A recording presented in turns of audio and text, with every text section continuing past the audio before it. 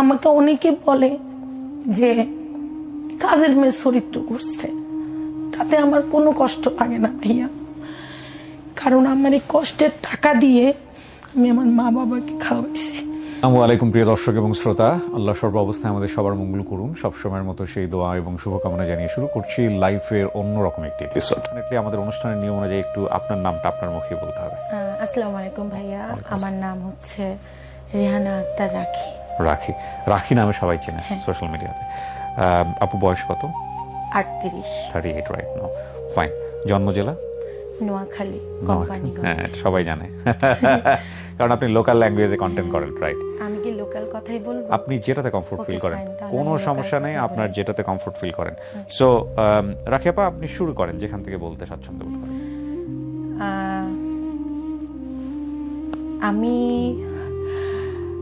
আমি আসলে আজকে অনেক কথা বলার জন্য আপনার কাছে আইছি।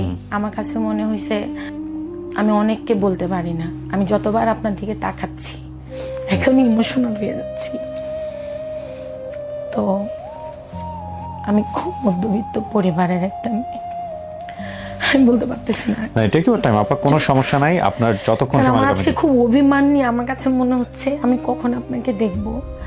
আমি খুব অভিমান নিয়ে আসছি। আমার কাছে মনে হচ্ছে মানুষ আমাকে কাঠ গড়ায় দাঁড় করাইছে, আমি ফাঁসির আসামি, সবাই আমার ফাঁসি চায়। আমার এমন মনে হয়েছে আমি কত করে আপনাকে দেখবো, আমি খালি মানে ঠিক আছে, আমরা তো মানুষ নিয়ে কাজ করি, ওরা হয়তো বুঝতে পারবে বিষয়টা, আমরা একটু জানার চেষ্টা করি।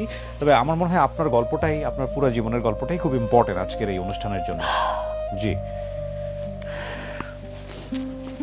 মধ্যবিত্ত পরিবারে আপনার জন্ম বলছিলেন, খুবই মধ্যবিত্ত। বাবা কি করতেন? আমার বাবা সৌদি আরব থাকতো। আচ্ছা। আমার যখন জন্ম হয়, আমার বাবা আমার জন্মের 17 দিনের মাথায় সৌদি আরব চলে যায়। ওইখান থেকে আমি যখন ক্লাস 8-এ পড়ি তখন আব্বা সৌদি আরব থেকে চলে আসে। আমরা অনেক কষ্টে বড় হয়েছি ভাইয়া, অনেক কষ্টে বড় হয়েছে। আমার বাবার ঘর এখনো টিনের। ইভেন আমি আমার মাকে বলছি এই ঘরটা যেন না ভাঙে, এই ঘরটা থাকুক। আল্লাহ আমাকে এখন অনেক কিছু দিছে ভাইয়া, কিন্তু আমি চাই না আমি যে ঘর বড় হয়েছি, মানে আমি যেন আমার শিকড়টাকে ভুলে না যাই। আব্বা যখন বাংলাদেশে চলে আসে, আপনি তো বুঝেন আমার কোনো বড় ভাই নাই। আমি প্রচুর স্কুলে ভাইয়া নবীন বরণ, স্কুলে অনেক অনেক গিফট পাইতাম, যেহেতু আমি গান গাইতাম, অভিনয় করতাম। তো আমাদের সংসারের হালটা ধরাটা আসলে অনেক কঠিন ছিল। 2008-এ আমার মিডিয়াতে আসা NTV super hero super heroine দি। আগে যখন গ্রামে আসিলাম, ধরেন আমগো তো গৃহস্থলা বাড়ি, ধরেন তেলটা কিনা লাগতো, চালটা বাবার ক্ষেতের, মাছটা বাবার পুকুরের। আমাদের অনেকগুলো গরু ছিল ভাইয়া, তো অনেক ধান হইতো না, তো ধান বিক্রি করে আমাদের সংসার চলতো। অনেক কষ্ট করছি ভাইয়া। তো 8-এ অডিশন দেওয়ার পরে এনটিভি সুপার হিরো সুপার হিরোইনে আমি টপ 30-তে থাকি। ওইখান থেকে যখন আউট হয়ে যায়, এই শুরু হয়েছে আমার স্ট্রাগল জীবন। কি কেন বলতেছেন স্ট্রাগল? আমার সবসময় একটা ধারণা ছিল কি অভিনয় করলে আমার সংসারটা অনেক সুন্দরভাবে চলবে। ওকে। হিয়ার হরে তো ঢাকায় আসা, ঢাকায় আসার পর আসলে যতটা সোজা মনে করছি ভাইয়া যে অভিনয় করা এত সোজা না। তখন এই ডিরেক্টরের কাছে যাও, ওই ডিরেক্টরের কাছে যাও, ওই ডিরেক্টরের কাছে যাও, এরকম খালি ডিরেক্টরের কাছে যাইতে থাকি, কিন্তু অভিনয় ভাইয়া কেউ লয় না। যে স্বপ্ন দেখি আমি আসলে ঢাকা শহরে আসছি, যে অভিনয় করি, বাবা মার সংসার চালামো, এই ডিরেক্টরে কাজের মেয়ের চরিত্রের জন্য ডাকে, ওই ডিরেক্টরে 2টা সিন আছে করি দাও ডাকে। আমি করছি ভাইয়া, আমি সব ধরনের ক্যারেক্টার করছি শুধুমাত্র পেটের দায়ে, শুধুমাত্র আমার মা বাবাকে ভালো রাখার জন্য। আমাকে অনেকে বলে যে কাজের মেয়ে চরিত্র করছে, তাতে আমার কোনো কষ্ট লাগে না ভাইয়া, কারণ আমার এই কষ্টের টাকা দিয়ে আমি আমার মা বাবাকে খাওয়াইছি।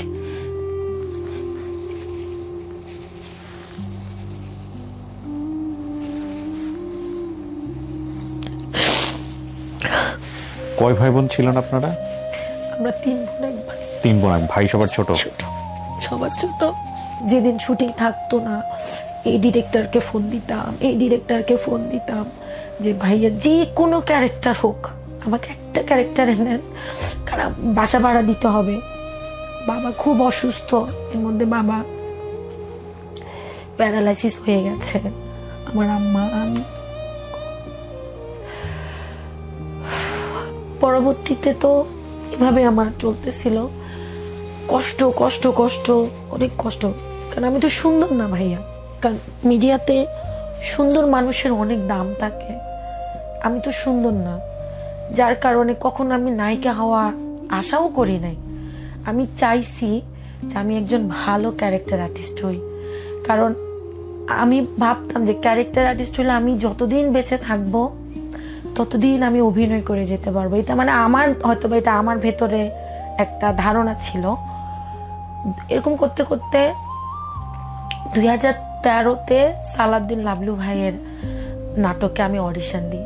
আমার কপালটা কত খারাপ ভাইয়া শুনেন, অডিশন দিই মানে কত ওয়ে খুঁজতেছি যে আমি যদি একটা লাবলু ভাইয়ের নাটকে ঢুকতে পারি, মাহফুজ আহমেদের নাটকে ঢুকতে পারি, তাহলে তো সবাই আমাকে চিনবে, আমি কাজ করতে পারবো। এটা আমার মানে সব সময় ভিতরে কাজ করতো ভাইয়া। তো লাবলু ভাইয়ার নাটকে যখন আমি অডিশন দিই, ভাইয়া আমি সিলেক্ট হই ভাইয়ার নাটকে অডিশন দেওয়ার পরে। ভাইয়ার অডিশন দেওয়ার পরে স্ক্রিপ্টটা আমাকে দিল। স্ক্রিপ্ট নিয়ে আমি আসার সময় বনারি 11-তে মলন পার্টি আমারে ধরছে ভাইয়া, ধরে সিএনজির মধ্যে ছিলাম, মলন পার্টি ধরে ও যে চোখে মলন লাগাই দিছে, ফোন নিয়ে গেছে, তারপরে একটা ব্র্যাক ব্যাংকের একটা কার্ড ছিল ভাইয়া, ব্যাংকে ছিলই হচ্ছে 36,000 টাকা, ওই কার্ডটাও নিয়ে গেছে। মলম পার্টি মলম দিছে যে ধাক্কা মারছে যে আমার বাঁ পাটা ভেঙে যায় ভাইয়া। আর আমি লাবলুবের নাটকটা করতে পারি নাই। 2 মাস 17 দিন আমার পা প্লাস্টার করা ছিল। থাকতেন কই তখন? মোহাম্মদপুরে। আমি থাকতাম হচ্ছে মোহাম্মদপুরে আমার আপুর বাসায়। ওকে। এরপরে যাক লাবলু ভাইয়ের নাটকটা থেকে বাদ পড়ে যায়, কবিলিয়ত নামা নাটকের যে নাম, তা আমার জায়গায় ভাইয়া আরেকজনকে নেয়। আমার এবারও কপাল পুড়ছে যে আরে আমি অ্যাটলিস্ট একটা সিরিয়ালে ঢুকবো, আমার বাসা ভাড়া, আমার সাথে আমার খাওয়া খরচটা উঠে যাবে। তো ভাই আমাকে বলতো যে তোর পায়ের কি অবস্থা, পাটা ঠিক হোক দেখি। তো ওর মধ্যে আমাদেরই একজন, আপনি চিনবেন হয়তো, আপুটা মারা গেছে, ওর নাম হচ্ছে লাইলা বা কিছু একটা, উনি মারা গেছে। ওই আপুটা অভিনয় করে। তো অভিনয় করার পরবর্তীতে ওই আপুর অভিনয়টা ভাইয়া ভালো লাগে নাই, ভাইয়া আবার ওই নাটকটা ভাইয়া আবার শুট করে আমাকে দিয়ে। আচ্ছা, নাটকের নাম কবিলিয়ত নামা। কবিলিয়ত নামা। আমার নাটকের নাম কবিলিয়ত নামা। তখন তো ভাইয়া অনলাইন যুগ ছিল না। এখন যেমন অনলাইন যুগ, কিছু হইলে ভাইরাল হয়ে যায়, কিছু হইলে ট্রোল হয়ে যায়। তখন তো আমরা চ্যানেল আর ডিরেক্টর, অভিনেতা, অভিনেত্রী। তো ওই নাটকটা করার পরে আমার কাছে মনে হয়েছিল কি ভাইয়া জানেন, আমার আর পিছনে ফিরে তাকাইতে হবে না, কারণ নাটকটা এত বেশি জনপ্রিয় পাইছিল তখন। আমি ভাবছিলাম আমার আর পিছনে তাকাইতে হবে, ও যে লাউ সে কদু, আবার কষ্ট। তখন পার ডে দিতে হচ্ছে 3,000 টাকা করে। এই টাকা তো আসলে 13 সালের কথা, 3,000 টাকা করে। আমার কোয়ার্টিস্টটা আমাকে খুব আদর করতো, আর ওরা বলতো কি আল্লাহ তুই এত কষ্ট করস, দেখি তোর এই নাটকে কাজ করতে পারে কিনা, ওই নাটকে কাজ করতে পারে কিনা। এরকম করতে করতে 13 গেল, 14 গেল, 15 গেল, 16 গেল, 17 গেল। জীবনের স্ট্রাগল আমার শেষ হয় না ভাইয়া। আপনি নাটক নিয়েই আছেন? এই নাটক নিয়ে আসি ভাইয়া। অনেক সময় আমি কি করতাম জানেন, টাকা বাঁচানোর বলে আমি মোহাম্মদপুর থেকে 15 টাকা দিয়ে টিকিট কাটি, উত্তরা বাসে করে চলে যেতাম। পুবাইলতন আমি কিভাবে আসতাম জানেন ভাইয়া, ওই যে টেম্পু আছে না, এখন কি বলে এটার নাম আমি জানি না, ওই যে 7জন 8জন যে, ওটার মধ্যে বসি। আমি অনেক নাম, জায়গার নাম ভুলে গেছি। উত্তরা কি গেট বলে, গাজীপুর গেট নাকি একটা গেট, আমার আইডিয়া নাই। আচ্ছা, ওইখানে আসি, হাঁটি, উত্তরাতে আসি, বাসে উঠি, আবার আমি মোহাম্মদপুর আসতাম। তারপর আমি নাটকটা মানে করে গেছি। এটা স্যার আমি তো আর কিচ্ছু করতে পারি না, এটাই পারি, আর কিছুই করতে পারি না। তো পরবর্তীতে এভাবে করতে করতে দেখলাম কি যে ভাইয়া কোনোভাবেই লাইফ সেটেল হয় না। লেখাপড়া কতদূর পর্যন্ত হয়েছিল? আমি ইন্টার পাস করছি। ইন্টার পাস করার পর আপনি পড়াশোনা করতে পারেননি? করতে পারিনি। ওকে। তো কোনোভাবে ভাইয়া আমি স্ট্রাগল করতে পারতেছি না, মানে এত কষ্ট করতেছি জীবনের। ধরেন আমার খুব মন চাইছে যে আজকে আমি অনেক বড় একটা রুই মাছের পেটি দিয়ে ভাত খামো, কিন্তু আমার কাছে টাকা নেই, কি করুন না। ধরেন আমার মনে হয়েছে যে আজকে আমি গরুর সিনার মাংস দিয়ে ভাত খামো, কিন্তু আমার কাছে টাকা নাই। আপনি অবাক হচ্ছেন আমার কথা শুনে? এটা ভাল লাগে আমার। তো এগুলো যখন আমি দেখতাম, শুটিংয়ে গেলে আমি মাঝে মধ্যে কি করতাম, প্রোডাকশন বডি দিয়ে আমি একটু খাওয়া পলিথিনে করে নিয়ে আসতাম। ও তো এই কথাগুলোই প্রথম আমি কারোর সাথে শেয়ার করতেছি, আর আমার একদম খুব কাছের মানুষ ছাড়া এই কথাগুলো কেউ জানে না। আজকে আপনার মাধ্যমে অনেক মানুষ জানবে। তো অনেক সময় প্রোডাকশন বয় আমাকে খাওয়া দিয়ে দিত রাত্রে, ওটা নিয়ে আমি আসতাম। আমি ভাতের অনেক কষ্ট করছি, যার কারণে আমি ভাতকে অনেক দাম দিই। অনেকে আমাকে বলে না যে তুই এত ভাত খাস কিল্লায়, এত মরিচ খাস কিল্লায়। আমি গেলে হাসি যে ভাতের কষ্ট যে বুঝবে সে কখনো আরেকজনকে ট্রোল করতে পারবে না। আমি কষ্ট করছি ভাইয়া, এভাবে করতে করতে করতে করতে কোনোভাবে আমি মানে স্টাবলিশ হইতেই পারতেছি না। যে চাল শেষ হয়ে গেলে ডাল নাই, ডাল শেষ হয়ে গেলে তেল নাই, তেল শেষ হয়ে গেলে এটা নাই, মানে কি এমন একটা অবস্থা।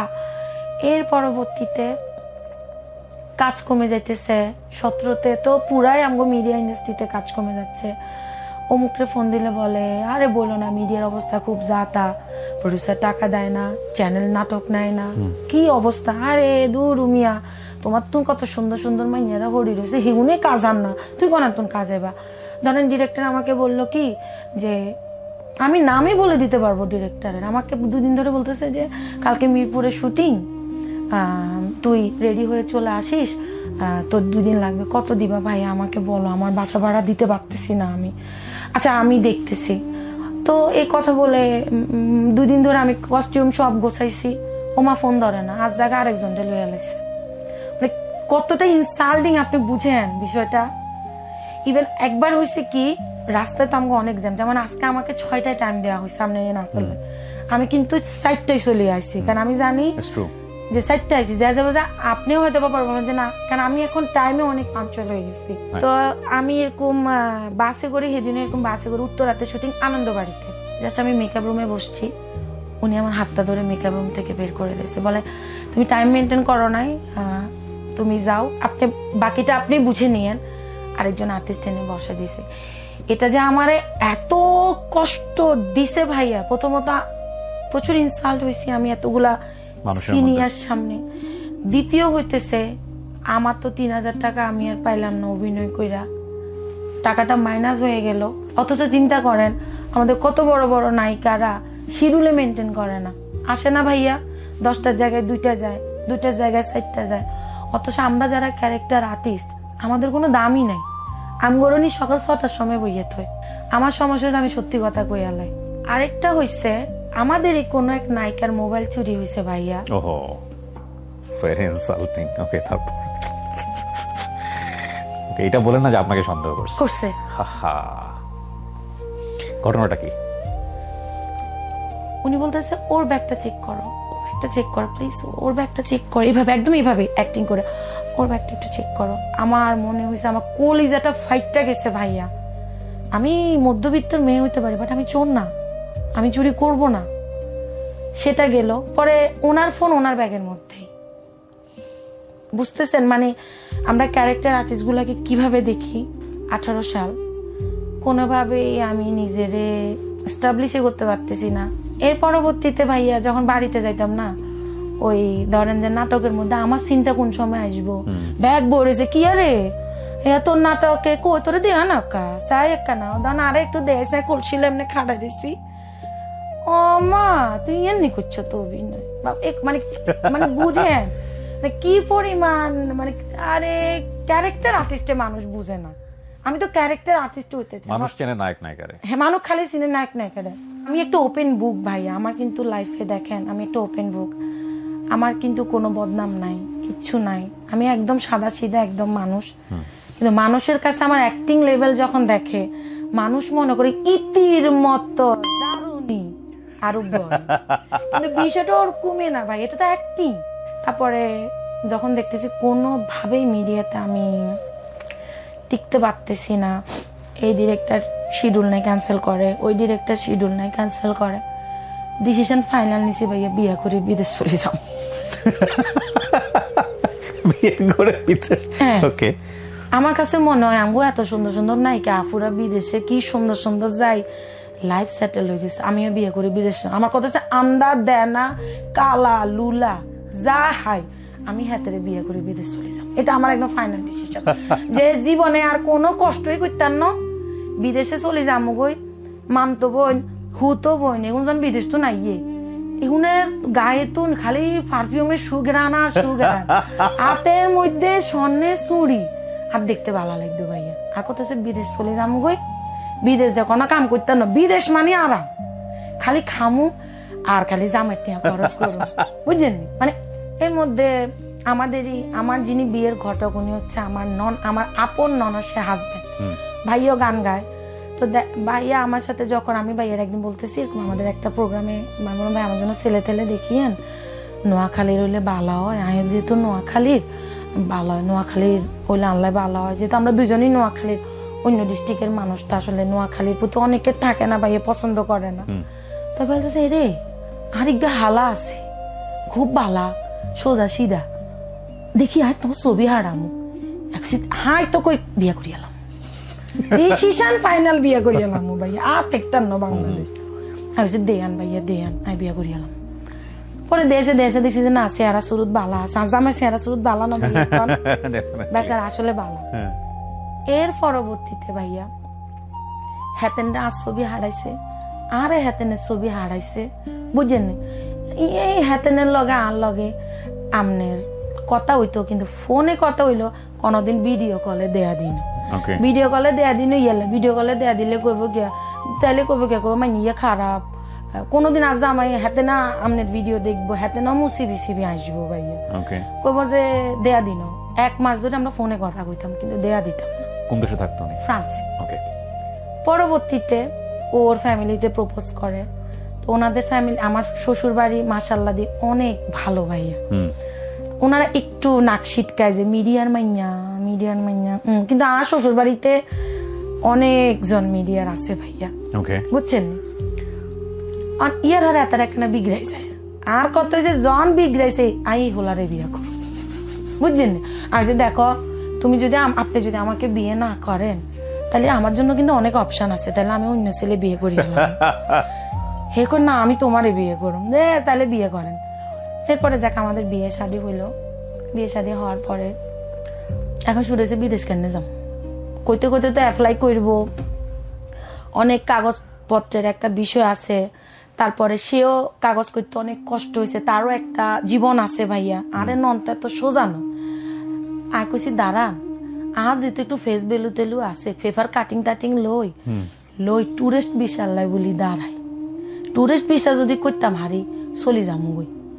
আচ্ছা ঠিক আছে তুমি দেখো। তার মামা আবার আমেরিকা তো নাইছে, না আরেকটান কথা ভাইয়া, আমি মধ্যবিত্ত কিন্তু আমার ফ্যামিলি ব্যাকগ্রাউন্ড খুবই ভালো, আশেপাশের লোকজন অনেক, মানে আপনাদের আত্মীয় স্বজন যারা তারা এনরিচ, মানে আমি যে বাড়ির মাইয়া, আমার বাবা মধ্যবিত্ত, আমি মধ্যবিত্ত, বাট আঙ্গ তো গ্রামের বাড়ি ভাই, আমরা গ্যারেন্ট, আমরা 2009 যে আঙ্গ বাড়িতে যাই, ডিসেল লাইন গেছে ভাইয়া, বুঝছেন? কিন্তু খুব মানে আঙ্গ বাড়ি জাত বংশ খুবই ভালো, কিন্তু আমরা গৃহস্থলা বাড়ি ভাই, বুঝছেন? আমেরিকা থেকে আসছে, হ্যাঁ আমেরিকা। তার মামা আমেরিকা তো না আসছে, তো মামা আইসা নাই কইয়ের মামা তো আন্নে গো জামাইয়ের কাছে চলি যামু, আমার একটা ভিসার ব্যবস্থা করি দেন। হাইরে এবার আমার মামার ফ্রেন্ডরা মিলি এই আমার ইটালির ভিসা হয় ভাইয়া আমার, বুঝছেন? টুরিস্ট সেনজেন ভিসাই ইটালি। আচ্ছা আমি তো লারে লালা করে চলি যামু আর বন্ধুকে রাখিয়ে রায় যাইয়ে নিতা নয়, বিদেশে কত জিনিস আইয়েন ও রুম, মাত্র 22 দিনের আরে ভিসা দেয়, বিজনেস ভিসা, তাও ভাইয়া ইটালিতে। ইটালিতে কেন যাবেন? আপনার তো ফ্রান্সে যাওয়ার কথা। কিন্তু ফ্রান্সের ভিসা ইজি না তো। ওকে ইটালির ভিসা আমি স্পন্সর কিনছি ভাইয়া, স্পন্সর কিনি তারপরে যাই আমি ইটালি ভিসা করে। আরে ব্যাকে কইছে গিয়া যে ফিঙ্গার যদি চলিয়ে ইয়ে ভাইয়া, বুঝছেন? তাইলে আন্নের ঝামেলা হইব, অনা কিছু একখান কাপড় লাগাই চলে গেছি, লাজে ফিঙ্গার নথি বেরি কই না ম্যাডাম আপনার ফিঙ্গার দিতে হইব, কি মরণ দশা।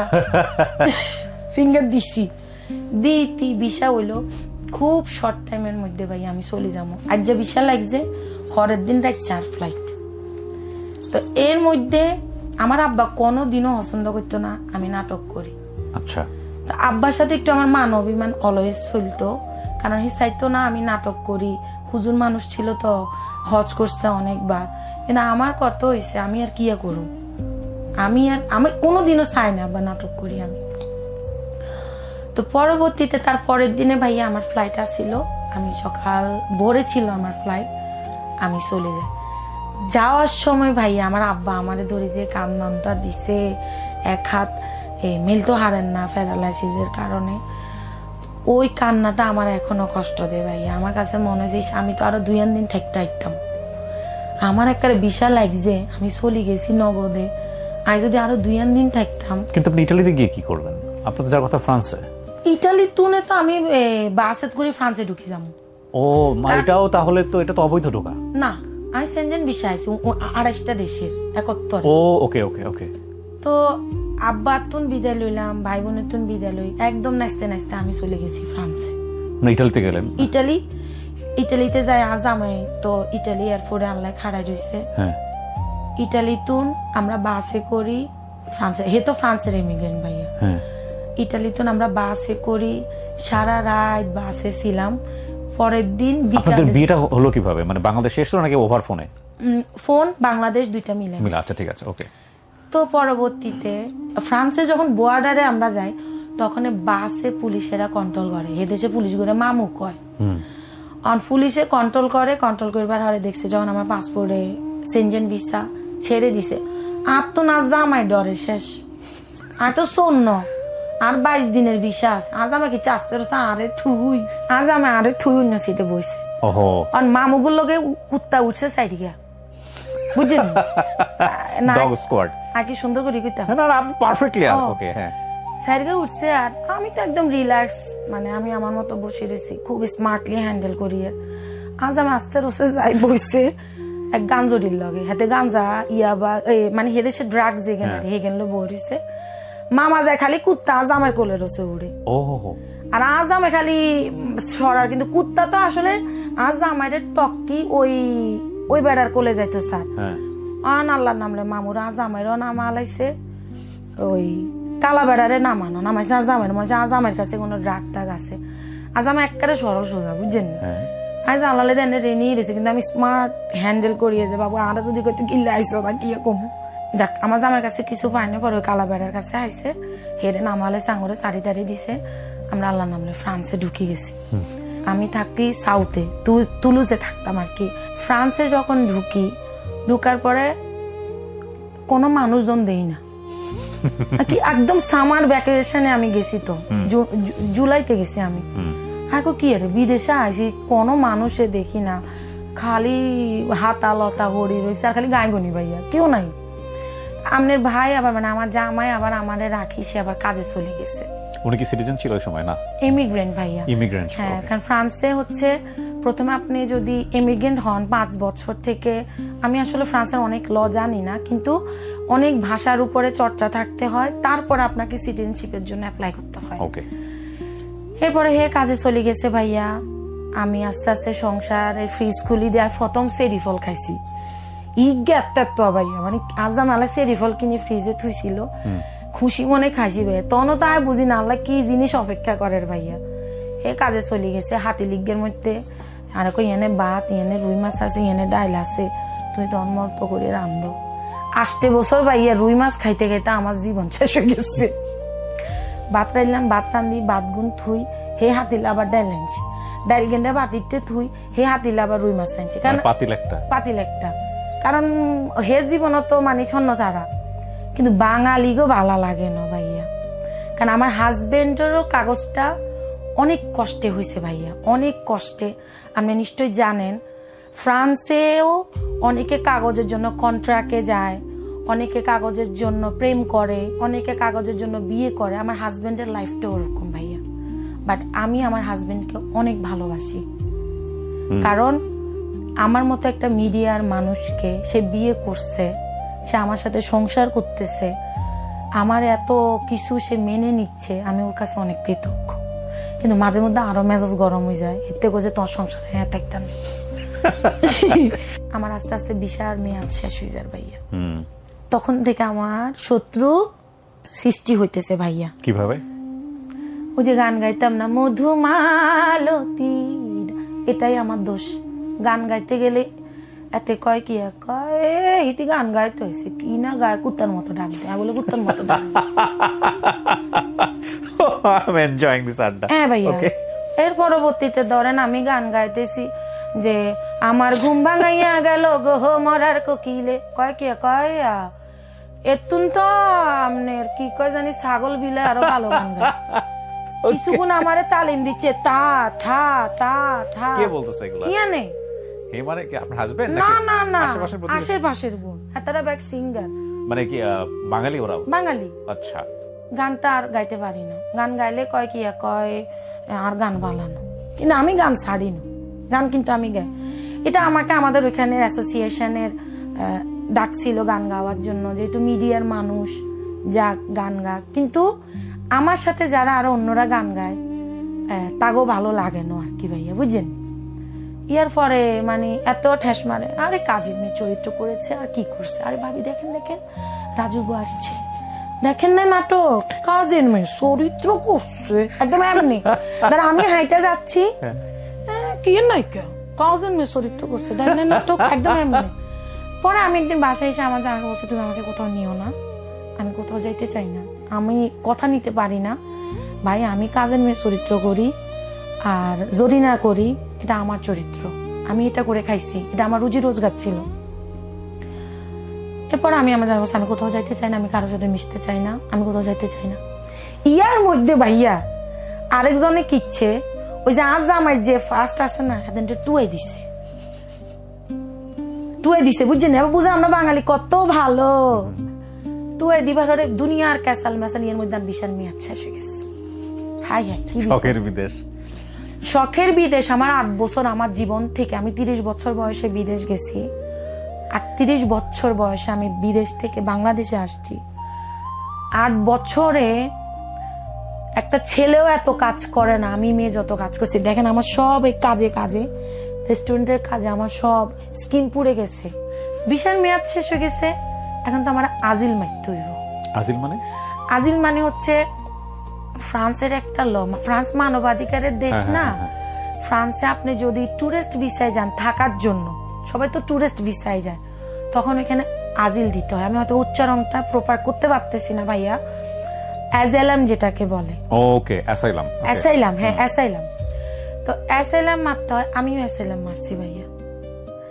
অ্যাসাইলাম যখন আমি মারছি, ফিঙ্গার যখন আমি দিছি, আমার ফিঙ্গার চলে আসছে আমি ইটালি দিয়ে আসছি।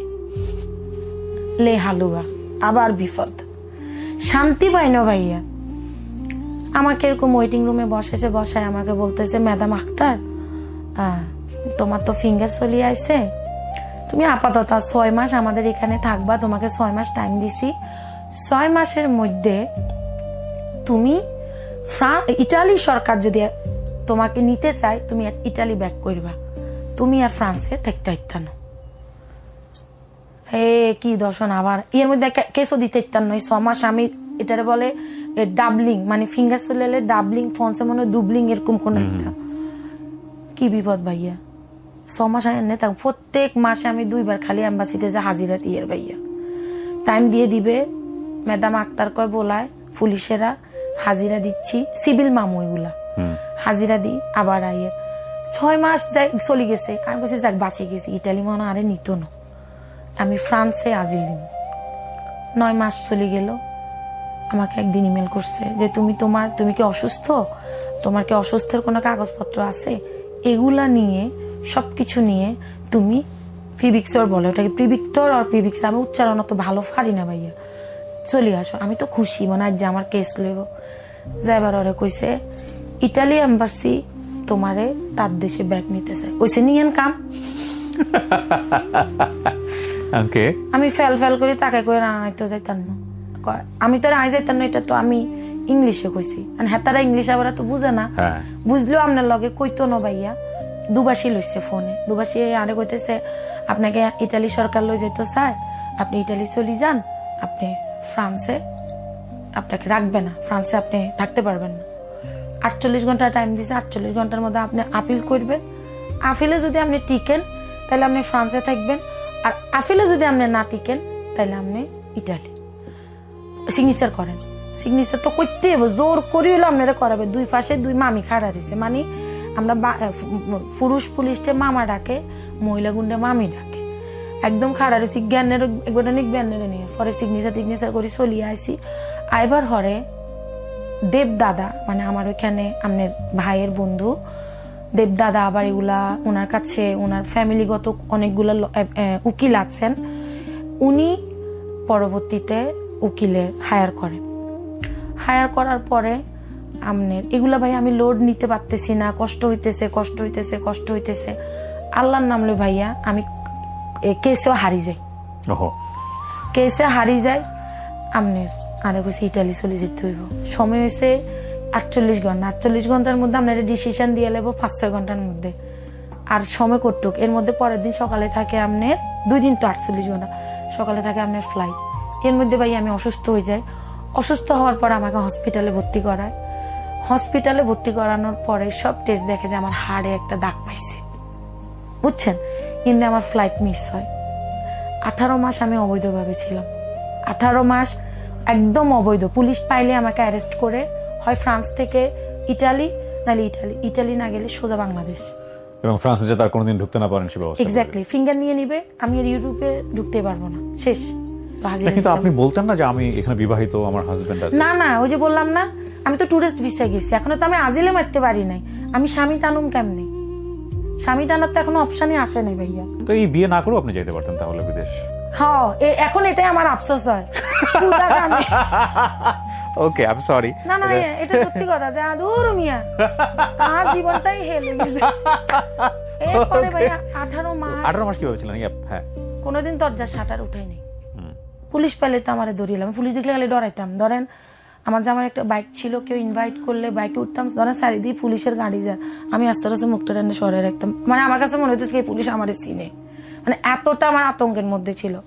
আমি কি করছি ভাইয়া, 18 মাস আমি কেমনে দিন কাটাবো? হাতে কোনো টাকা নাই। এর মধ্যে তো আমি একটা ভাতা পাইতাম 9 মাস ধরে, আমি একটা টাকা পাইতাম, মার জন্য একটু পাঠাইতাম, সংসারে খরচ করতাম। কিসের ভাতা ছিল এটা? এটা হচ্ছে আপনি যখন ওইখানে মামলা দিবেন, আপনাকে সরকার থেকে মানবাধিকার যেটা, ওইখান থেকে আপনাকে একটা ভাতা দিবে, যেটা বাংলা টাকায় হচ্ছে 45,000-এর মতো প্রতি মাসে।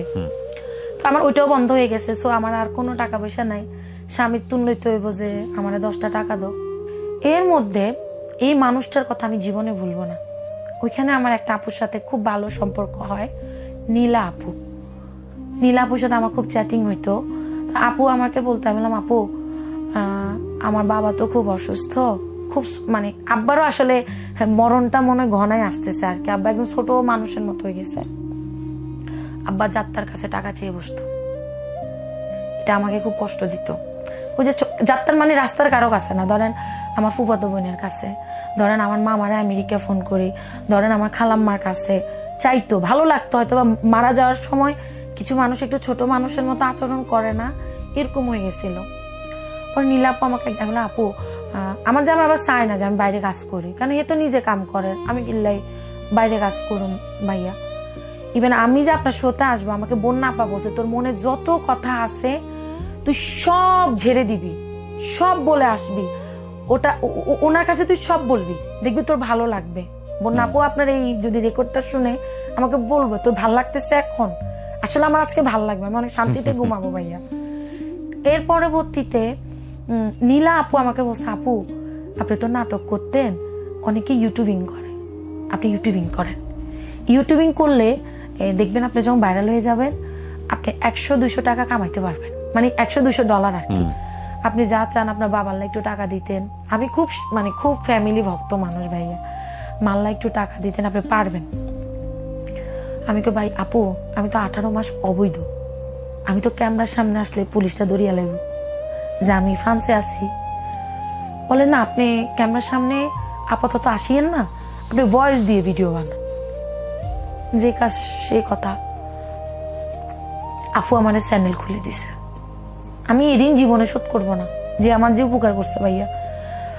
আপু আমার চ্যানেল খুলে দিছে, আমি ভিডিও বানানো শুরু করি। আজ আমার ইগো প্রবলেম শুরু হয়ে গেছে যে এটি হারা দিন ইয়ে নাকি আরে হারাটা দিন কেমনে ভিডিও ভাইরাল করুক।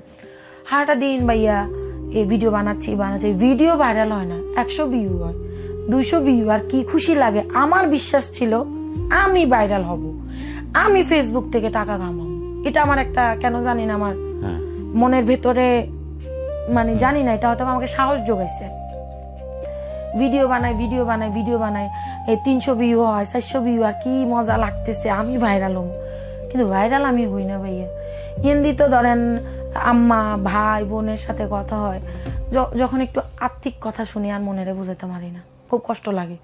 আমার হাজবেন্ড আমাকে ক্যামেরা ধরে সাহায্য করছে, কিন্তু আমার বকাও দিত, সারাদিন কি শুরু করছো, সারাদিন ভিডিও বানো। এই বকাগুলো আমি তখন আমার ভাল লাগতো না। সারাদিন ইচ্ছে বকে গিললে, সারাদিন আরে তুই কামে চলি যায়, আমার দিনটা কেমনে যায়, ভিডিও বানাবো সারাদিন খালি। ভাই আমি ভিডিও বানাই, ভিডিও তো ভাইরাল হয় না ভাইয়া, কি একটা মহা বিপদে না। এর মধ্যে কোভিড চলে আসে, কোভিডের মধ্যে দেখি কি এই যে ফ্ল্যাশব্যাকে যাই ভাইয়া, কবিলিয়তনামা নাটকটা করছি যে, এই নাটকটা যদি 2013-তে ভাইরাল হইতো ভাইয়া, আগে আর ফ্রান্সে যেতাম, আমি তো এস্টাবলিশ ক্যারেক্টার আর্টিস্ট হয়ে যেতাম। আমার শিডিউলে তো মেনচে হাইতো না ভাইয়া, মাসে আমি 1 লাখ টাকা কামাইতাম। আমি তো এই নাটক যাই কোভিডের সময় ভাইরাল হইবার কোনো দরকার আছে? বল, ভাইরাল হইবার হরে আমার ওই যে আমি যে ছোটখাটো ইউটিউবিং করি, ফলো ব্যাক দেন, হেতে ছিল আপনার ঘরে বেড়াইতে যাচ্ছি, আপনিও বেড়াইতে আসেন।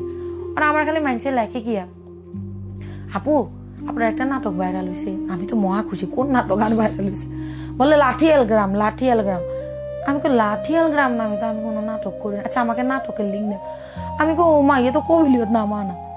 আমি কি করছি ভাইয়া, একদম কবিলিয়ত নামার মতো সাজে আমি আমার এই প্রথম আমার ইউটিউবিং এ ক্যামেরায় আসা। আমার আমাকে তুমি যে ক্যামেরা আসবে, আমি তো দৌড়ে নিব, মানছে আর নাটক দিয়ে ভাইরাল হয়ে যায়, মানছে আর নাটক দিয়ে ভাইরাল হয়ে যায়, দুনিয়া কাঁফালার। আর আমি খালি হাড়া হুতার মরিচ বাইতেছি তো বাইতেছি, আমি ভাত খাইতাম হারিয়েন না, মানছে ভাইরাল হয়ে যায়। এরপরে ভাইয়া একদম সুন্দর করে হাজি গুজি রেডি হয়েছি, রেডি হয়ে আমি সেলাইলি, আমি তো পুষ্কুনির ঘাটে গেছি, আপনি আমারে যাইতে কইছেন দেখা। আমি তো পুষ্কুনির ঘাটে গেছি, আপনার লাগে পাগল দেখা। আমি কি জানতাম আপনি আমার খোয়ার হাঁস চুরি করবেন, আর যেই আপনি আমার খোয়ার হাঁস চুরি করছেন, আমি কেন আপনার বিয়া করুম না? ওমা ভাইয়া এটা পোস্ট করছি, ভাইরাল হইছে। ভাইরালের যে কি স্বাদ ভাইয়া, Oh God, she's so raw. Okay. আমি তো রোজার মধ্যে এটা ঘটনা, আমি সেরি খেয়ে করে তো নয় জানি না ভাইয়া যে ভাইরাল হবো, নামাজ হই। আমি আমার জামাইরে কইতে চাই, কইলাম যে দেখছো নি আর নাটক করিবে একে ভাইরাল হয়ে যা, আর হাই ভাইরাল হইয়েন না, দাঁড়ো জানে মন। আমি কিন্তু আমার জামাইরা হাব্বি ডাকি, জানে মন ডাকি। আর হে খুব চুপচাপ তো, ধরেন কুতু দিদি, ধরেন সিমটি কাড়ি দি, কথা কনাকা কথা কো, হে খালি দুইয়ান ডায়লগ দে। আমি আবার যখন আমু না, আমনেরে হে অনেক পছন্দ করে, তার কাছে লই আম। Sure, brother, please come. হ্যাঁ, এরপরে ভাইয়া দুজন জামাই বউ দুজন, আমি নামাজ পড়ি ধরি শুইছি, এলাম শুইতে করে আমরা সারাদিন খালি মোবাইল টিপো, দৌড়ো রাখি মোবাইল না রাখি, আর ইচ্ছা করিও না। ভাইরাল হইলে তাই 2 টাকা কামাইতাম আরো। দেখো আমি যদি ভাইরাল হই, আমাদের বাড়ি হবে, গাড়ি হবে। এই যে আমি তোমার তো 1 টাকা লই না, দেখো আমি কত লক্ষ্মীব। এখানে আমার জামাই কিন্তু আমার চোখ খুলে দিন, আমি আমার জামাই তো একদিন 10 ইউরো খুঁজছি, 10 ইউরো লাই বলি। আমার জামাই আমার 10 কেন কথা শুনেছে, টাকা দিয়ে কি করবা, টাকা দিয়ে কি হবো? আগে ও মাগো আয় দুনিয়ার টিয়া কামাইছি, যাই কামাইছি তো যা, তোমার টিয়াই খাইতাম না, নিজে ভাইরাল নিজে টিয়া ইনকাম করুন। ভাই এই মোবাইলে নাতে লইছি, লইবার ওরা দেখি ওমা আমি হঠাৎ করে দেখি 17,000 ভিউ। এ কি কেমনে সম্ভব? আমি রাজু এত ভিডিও ভাইরাল হয়ে গেছে, কেমন হয়েছে 17,000 ভিউ? লগে মোবাইল আনতো ওজু করি, আল্লাহ তুমি আমার দিকে তাকাইছো গো মাবুদ। নাফল নামাজ হয়েছি ভাইয়া, নাফল নামাজ হই আবার আয় আনলো কতদিন কইয়ে, আর আমার হে স্মৃতিজ্ঞান মনে হয়। নাফল নামাজ হই আমি আবার মোবাইল দিই, ওমা ভাইয়া আয় দেই কেন 17 তো একটা নাই 27,000 ভিউ হয়ে গেছে। আমাকে আর কে ঠেকায় ভাইয়া? ভিউ হয়েছে 27,000, ফলো হয়ে গেছে, সাবস্ক্রাইবার হয়ে গেছে 9,000। দে না রাসিনি ছাড়া আমি হয়ে গেছি হেটা ভাইয়া। আমি জানি না মানে আর কথাই ইচ্ছা ভাইয়া কিছু মনে একদম করিয়েন পারফেক্ট না। আছে, বলেন প্লিজ। হ্যাঁ, এরপরে ভাইয়া আর তো আর ঘুমো না, এতটা ফোন করে কে হুন আয় তো বেড়া লই গেছি, এতটা ফোন করে কে হুন আয় বেড়া লই গেছি। আর এগুলো যখন আমি কইতাম আমরা একটু সাবস্ক্রাইব করে দিচ্ছা, হ্যাঁ দিচ্ছি, এ তো দিব, আরে রাখ, দিত না আমি তো বড় লোকই যাই, দিত না ভাইয়া, পাশের বাসার ভাবিও দিত না যদি বড় লোকই যাই। আল্লাহর কাম আল্লাহ করে দিছে ভাইয়া, আরে আর কনে থাকে, একটার পর একটা ভিডিও বানায়, একটার পর একটা ভিডিও বানায়। ইয়ার মধ্যে টুক করে একদিন ভোর রাত্রে আর হুতো বই না আরে ফোন দিছে আমেরিকাতে। এত রাত্রে আমার আমেরিকাতে ফোন দিল ভাইয়া, কিল্লে দিল, ফোন ধরলাম, জাফা আপনি ঠিক আছেন? হ্যাঁ রাখি, আমি তো ঠিক, আমি আবার মানুষের নকল করতে পারি ভাইয়া, আমি তো ঠিক আছি, আমি তোকে একটা কারণে ফোন দিয়েছি বোন। কি আপু ঠিক আছেন? আপনি কি হয়েছে? মামা ফোন দিচ্ছে, আব্বা। কেন আব্বা ফোন দিছে? আমি তো বুঝিয়ে লাইছি আমার বাপ কেন ফোন দিছে। আরে বাপ তো জিতিয়া খাই যেত হারানো ভাইয়া। মামা ফোন দিছে, কেন ফোন দিছে? আর আমি বলে দেখ আমরাও তো সংসার করি, মামা আমার কাছে টাকা চাইছে, কিভাবে দি বল। আমি আপু আপনি আর কিচ্ছু বলা লাগবে না, আমি আপনার কথা বুঝিয়ে লাইছি। আপু আমার বাবা যখন সৌদি আরব ছিল, আমার বাবা তো আপনি বললে কম করে নাই। আমার বাবা যখন সৌদি আরব ছিল, আমার বাবা যখন এত বড় বড় বক্সে করি কম্বল, চকলেট, ইস্তারি, টর্চ লাইট, ট্যাগের বা মানতো, আমার বাবা তো সন্তানকে আগে দিত না, বোনের মেয়েদেরকে আগে দিত। আমার বাবা খুব ভাগিনা ভাগ্নিদেরকে আদর করত। আপু সামান্য $20 লাভ না আমারে ফোন দিছেন আপু, আমার বাবা আপনি বললে কিচ্ছু করে নাই, কিচ্ছু করে নাই আপু। আমার বাবা আর কোনোদিন আপনাদের ফোন দিত না আপু। এই কথা কইবার আমি আমার আরেক ফুফাতো বোনকে ফোন দিছি যে আপু আমার বাবা আপনি বললে কিচ্ছু করে নাই, আমার বাবা আপনি করতেন 20 টাকা চাইছে। তখন সঙ্গে সঙ্গে আমি আমার ওই ফুফাতো বোনকে ফেসবুক থেকে সুন্দর মতো ফেলে দিছি। মানুষ আমাকে পিষতে পিষতে পিষতে পিষতে ভাইয়া এখনো পিষে। আমি অনেক কষ্ট করে এই জায়গায় আসছি, এত সহজে আমি আমার জায়গা ছাড়ি দিব না। আমি আমার বাবারে ফোন দিছি, আমার বাবা তো বুঝিয়ে লাইছে, জি ফোন দিছে যে আপনি কি কারো কাছে যে টাকা চাইছেন? না আমি বাগনির কাছে না চাইছি। না বাবা চাইয়েন না, চাইয়েন না বাবা, আমি দরকার হইলে রক্ত বেশি আপনার আমি টাকা পাঠাবো, আপনি চাইয়েন না, আপনি চাইয়েন না বাবা, আমি রক্ত বেশি আপনার টাকা পাঠাবো।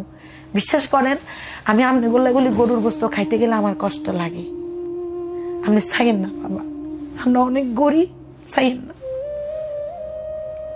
আমার বাবা চাইন। আরে ভাই আমার বাপ যখন সৌদি আরব তো মাইতো না, এই যে বান্ডেল টেয়াজন বাঙ্গাইতো না, আমি দেখছি আমার বাপ কত শৌখিন মানুষ আছিল। পরবর্তীতে সবাই আমি অ্যালার্ট করেছি, কার কাছে চাইতো হারে সবাই আমি অ্যালার্ট করে দিছি যে কেউ কিছু মনে করিয়েন না, বাবা যদি আপনার কাছে টাকা ঢুকা চাই আপনারা আমারে ফোন দিয়ে আমার বাবারে কিছু বলিয়েন না। খুব সিগারেট খাইতো, ওই সিগারেট টক উঠতো যে তখনই বাড়ির কারো কাছে চাইতো না, মানে আত্মীয় স্বজনের কাছে। এর পরবর্তীতে আমি টাকা হারাই আমারে কইছি এখন তোর 10,000 টাকা দিয়েন না, দিলে নগদ নষ্ট করিয়া লেবো, আর এক কাজ করেন এবার 1,000 টাকা দেন, এবার 1000। আর বাবা সাইডে দিয়ে যায় যে 10,000 টাকা হারাইছি, তার কি অভিমান যা যে আল্লাহ 10,000 টাকা হারাইছে তুই আর 10,000 টাকা দিয়া লিতে। মানে কিছু মানুষের থাকে না টাকা পুষতে পছন্দ করে, সাপ কাপড় হিন্দি পছন্দ করে। বাপে তো আর এবার কন ভাইয়া আল্লাহ লম্বা লুঙ্গি আনিও, আল্লাহ লম্বা লম্বা গামছা আনিও, আল্লাহ আতর আনিও, আর আব্বা সিগো বই অনেক পছন্দ আছে, আল্লাহ আনিও। আমি তো আর বাপরে দেখি না। এর মধ্যে খালি নন স্টপ আরে ফোন দেন, আমি খুব বিরক্ত হইয়ে দূর। আর আব্বা বুঝে না, সারাটা দিন খালি ফোন দেন, খালি ফোন দিয়ে এত এটা কইছে, এত এটা কইছে, এত এটা কইছে, এত এটা কইছে, খালি নালিশ তার। এর মধ্যে আমি তো ভাইরাল, আমার ডলার ঢুকের ভাইয়া, কিন্তু ডলার এবার লইতাম হারি না। আমি যে আরে দিমুটে রান্না আর ডলার ঢুকের আপনারা চিন্তা করেন লাগতো না, মেলাতে কামাইয়ের আপনারা দিমু। আপনি কারো কাছে আর কইবেন না যে আরে নেয়া দো, কারো কাছে কইবেন না। এই সত্যি কথা কনা ভাইয়া কেউ ভাই কাকা আমি তো অনেক বড় লোক ছিলাম, অনেক পশ ছিলাম, দামিসা কথা। আমি অনেক কষ্ট করছি ভাইয়া। হঠাৎ করে এরকম কন্টেন্ট বানাবো ভাইয়া, আরে ডাকাতুন ফোন দিছে, ফোন দিয়ে কয় খালামুনি নানা মারা গেছে। ওহো, আমার খালি আফসোস, ওই 3 দিন যে বাপে জিরে এতবার ফোন দিছে আমি কেন উঠাইতে পারলাম না, এটা আমার কষ্টদের। আমি কষ্ট হাইয়ের খালি হাই হাই আমি কি করলাম, আমি কেমন আমার বাপের ফোন ধরলাম না, আমি তো আর আমার বাপের লগে কোনোদিন কথা কইতে পারতাম না। হাই আমি কি করলাম, খালি এরকম করি। বিদেশে তো ভাইয়া কাঠের ফ্লোর বেশি থাকে, হাত থাবড়াইতে থাবড়াইতে হাত হাত অবস্থা খারাপ। আমি যদি পাখি হইতে আইতাম আমি তো উড়ি চলিয়ে আইতে আইতাম। আমার বাপের দাফনের কাপড় আমার ইউটিউবের টাকা দিয়ে হয়েছে, আমি করছি। আমার মামাও দিছে টাকা, আমারটা আস্তে আস্তে আমার মামার টাকা চলে আসছে। হ্যাঁ আমি কানতে কানতে ভিডিও কলে বলছি যে আমার কোনো ফুফাতো বোন, কোনো ফুফু, কারোর উপরে আমার কোনো অভিযোগ নাই ভাইয়া, বা দিল না কেন এটাও না, মানে নিও না, থাক দরকার নেই। পরে তো বাবা মরে গেছে, এই জিদ আমার আরো বেশি হইতেছে যে হাইডের টাকা, এত টাকা করুম ভাইয়া আমি, যে টাকার জন্য আমি এক টুকরা রুই মাছ খেতে পারি নাই, যে টাকার জন্য আমি শিরার মাংস খাইতে পারি না। এটা আমার লাইফের কথা বলি, আমার পরিবারের কথা না, আমি কষ্টের কথা বলতেছি।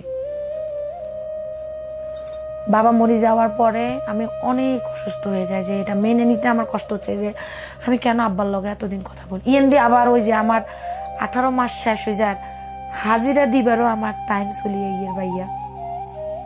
আব্বা মরে যাবার পরে অনেকে সান্ত্বনা টান্তনা দিছে, দিবার পরে আমি 1 মাস 17 দিন পরে আমি ভিডিও বানানো আবার শুরু করি। আমি অনেকে কইছে এতদিন ধরে তুমি ভিডিও বানান না, তোমার চ্যানেল হুতি যাইব গই। মানছে তো কয় না হুতি যাইব গই, কয় চ্যানেল আর দাঁড়াইবো না, চ্যানেল হুতি যাইব গই। আমার একটা বিশ্বাস আছিল ভাইয়া যে না আমার চ্যানেল হুতো না, আর চ্যানেল খাইয়ে থাকবো। এই আবার ভিডিও বানানো শুরু করি, ভিডিও বানানো শুরু করি। আরে ভাইয়া ভিডিও বানাইতে বানাইতে আশেপাশের ব্যাকে ইউটিউবার হয়ে গেছে। আপনার দেখা দেখি না আর দেখাও না, হেতারা কি তো আর দেখাও ভাই, হেতারা কি কম জানেন, হেতারা শিক্ষিত, আই নোয়াখালীর অশিক্ষিত ভাইয়া। হেতারা ব্যাকে হাই রে ভাইয়া, আর হলো কি ট্রোল, এটা কইলে এটা লই গ্রুপ করে ভাইয়া, এটা কইলে এটা লই গ্রুপ করে, কি ট্রোল ভাইয়া এখন অব্দি করতেছে আমার লই ইনস্ট্যান্ট। আমি আসি আমিও দি, আরে বাস দিলে আমিও দি, খা আত্মাও খা, অসর আয় খামু খা, তোরাও খা। তোরা আরে তিলের তাল বানাস, আয় তালের জুস বানাই, তালের বত্তা বানাই, তালের হাতড়া বানাই, তালের যত ভ্যারাইটি আইটেম আছে বিজ্ঞান বানাই ভাইয়া। কি কমুনি ভাইয়া আমি ইনোসেন্ট, আমি ঝগড়া করতাম হারি না, আমার মতো ভালো একটাও নাই ভাইয়া, ছি আমিও দি ভাইয়া। 18 মাস পরে কি হলো আপনার? 18 মাস পরে তো আর মামলা লইছে ভাইয়া, আমি উঠুম এবারে অপেরাতে মামলা লইছে। হ্যাঁ, অপেরাতে উঠার পরে আয় ঢুকবার আগে দেখি অপেরার টেবিলের মধ্যে আর ইউটিউব ফেসবুকে যত পেপার টেপার আছে না ব্যাগ হেগেন লয় তারা বইরিস। আয় ঢুকি কই বুঝু ম্যাডাম বুঝলি বিয়া ওই ম্যাডাম ম্যাক্সি আসতেই বু ম্যাডাম বইছি বলবো না খালি কি আর এত কাগজ এনে ঘুরতু না আছে। এবার আরে দুবাসী জিগা আছে, কইছে আপু ওনারা আমার এত কাগজ কম দেয়ছে, ওনারা এগুলা সব অনলাইন থেকে নিয়ে নিচ্ছে খাইছে। তো আপনি তো ভালোই ছিলেন 18 মাস সবাই। ওকে, মানে ইউটিউব আমাকে এমনি উঠাইছে না, এই কাগজের দিকে এমনি দাবাই দিছে। আমি সব মামলা টামলা, আমি কিন্তু সত্যিকারেই মামলা খাইছি ভাইয়া। আমার নামে 9টা মামলা ছিল বাংলাদেশে, 9টা মামলা ছিল। বাংলাদেশে মামলা করলো কেন, কে করলো? বাংলা জায়গা সম্পত্তি লই। ও আচ্ছা আচ্ছা, চাচা জাডারা যেগেন করে আরি ওকে, আমারে মারিয়া লাইস, আমারে বাঁশ বাগানে দর্শন করে দিস, যেগেন করে নাঙ্গো গ্রামে, হেগেনের মামলা খাইছি, চাচা জাডারা দি দিছে মামলা। তো হেগেন লইয়া আমি সত্যি কথা যেটা ওই মামলাটা আমি দিছি। আরে কয় ম্যাডামে কয় তোমার কোনো মামলা নাই, তুমি বাংলাদেশে চলে যাও। এটা হইলো নি কোনো কথা? আমি মামলা খাইছি না, দিত না, কাগজ দেন। আমনের কয় তুমি অনেক বড় ইউটিউবার, আর কইছে আমি ইউটিউবার, এটা তো আমার প্রফেশন। বলে তোমার কোনো ইয়া নাই, তুমি বাংলাদেশে চলে যাও। ওইলো কথা ইয়ান বার হইলাম, তোমাকে আমরা আবার ডাকবো। প্রথম দিন খুব সুন্দর ইন্টারভিউ দিয়ে হইলো, আমাকে আবার অপেরায় ডাকছে। সেকেন্ড দিন কয় ম্যাডাম আক্তার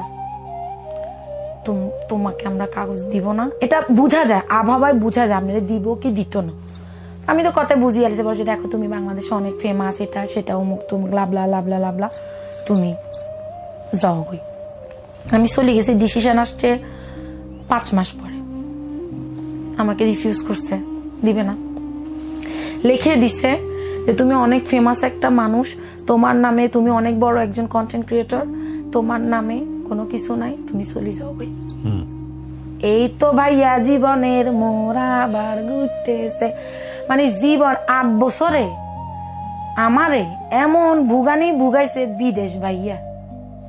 আরে ভাইয়া জাতের কাগজ, শখের বিদেশ না, শখের বিদেশ, জাতের কাগজ নাই, হাতের যত টিয়াই থাকুক কোনো মূল্য নাই, কোনো মূল্য নাই ভাইয়া, জাতের কাগজ নাই বিদেশে। এরপরে ওই জামুকন্দায় আমাদের ইয়ানে আবেগ রাব্বানি একজন আছে, উনি হচ্ছে সব মানবাধিকার নিয়ে কাজ করে। তারপরে আরো 2 জন ভাইয়া আছে, একজনের নাম হচ্ছে কাইস ভাই, আমি যাদেরকে চিনি আর কি, এখন অনেকজন আছে। রাব্বানি বলা, আমি রাব্বানি ভাইরে ধরছি যে ভাই আমাকে তো এরকম ওরকম অপেরা থেকে রিজেক্ট করছে, এখন আমি কি করব। বলে আপা আপনার মামলাটা দেখি মনে হয় না আপনাকে দিবে, কারণ আপনি এত বেশি ফেমাস অনলাইনে, আপনি পলিটিক্যাল অ্যাসাইলাম পাবেন না, পলিটিক্যাল অ্যাসাইলাম পাবেন না। করণীয় কি, হয় আমার হাজবেন্ডে বিয়ে করতে হইব, আর নাইলে কিন্তু কিন্তু আমার দিন যার ভাইয়া, বছর যার, কিন্তু 1 বছর যার, 2 বছর যার, এগুলো জুড়তে জুড়তে কিন্তু আমার জীবনে 5 বছর চলিয়ে আছে। তাহলে এখন কি, আর একটা হইছে আপনি সরকারকে ট্যাক্স দিবেন কাজের প্রতি মাসে, ওই ট্যাক্সে তুন আপনাকে সরকার কাগজ দিব। আমি কিন্তু আমার কাজের কাগজ, আমার কিন্তু স্বামীর কাগজও না, আমার অ্যাজেলামের কাগজও না, প্রোটেকশন কাগজও না, আমার হইছে আই আন্নারে টিয়া দিছি, আন্নারে কাগজ দিছে। ওকে, বুঝছেন নি ভাই, ইউটিউব থেকে ইনকাম করে আপনি ইয়ে দিয়েছেন। হ্যাঁ বুঝেন, ইন্টারেস্টিং। ইউটিউব আমারে কত কিছু দিছে ভাইয়া, কারে কি দিছে জানি না, যেমন গাইলানি দিছে তেমন আমার জীবনের মোড় ঘুরাই দিছে ভাই। জামাইয়ের মধ্যে রেস্টুরেন্ট একখান দিছে, এই নামছি ভাইয়া রেস্টুরেন্ট বিজনেসে। ফাটনারের লগে জামাই রেস্টুরেন্ট একখান দিছে, ও মা গো মা, হতিন হতিন খেলা। হাতেনটা আবার আয় বোন বলাইছি, বুঝছেন নি, হাতেনেরও দোষ নাই, বেডিগো কোনো দোষ নাই, বেটারা যেখান করে আর। এবারে জামাইয়ের লগে বইবে সারাদিন, ফাটনা চলি গেছে ব্যবসা তুন, ফাটনার বিদায়, নিজেদের একা বিজনেস। এরপরে যাই জামাইয়ের লগে বেড়ি কাইলে কাপড় বান্দি, এই ভিডিও বানাইয়ের, আজ্জা নান মারিয়ের, বিশাল বড় বড় বুশ কান্দের মধ্যে আলগা আলগা রেস্টুরেন্টে উড়াইয়ের নামাইয়ের। আর এগেন আমি কন্টেন্ট বানাইতাম আরো বেশি করি। এটা লইও কেন, সুশীল সমাজের ভদ্র মানুষের খুব মানে আর হলো অ্যালার্জি, ও এগুলো কেন দেখায়, অথচ হাতে না আজিল মেচ্ছে।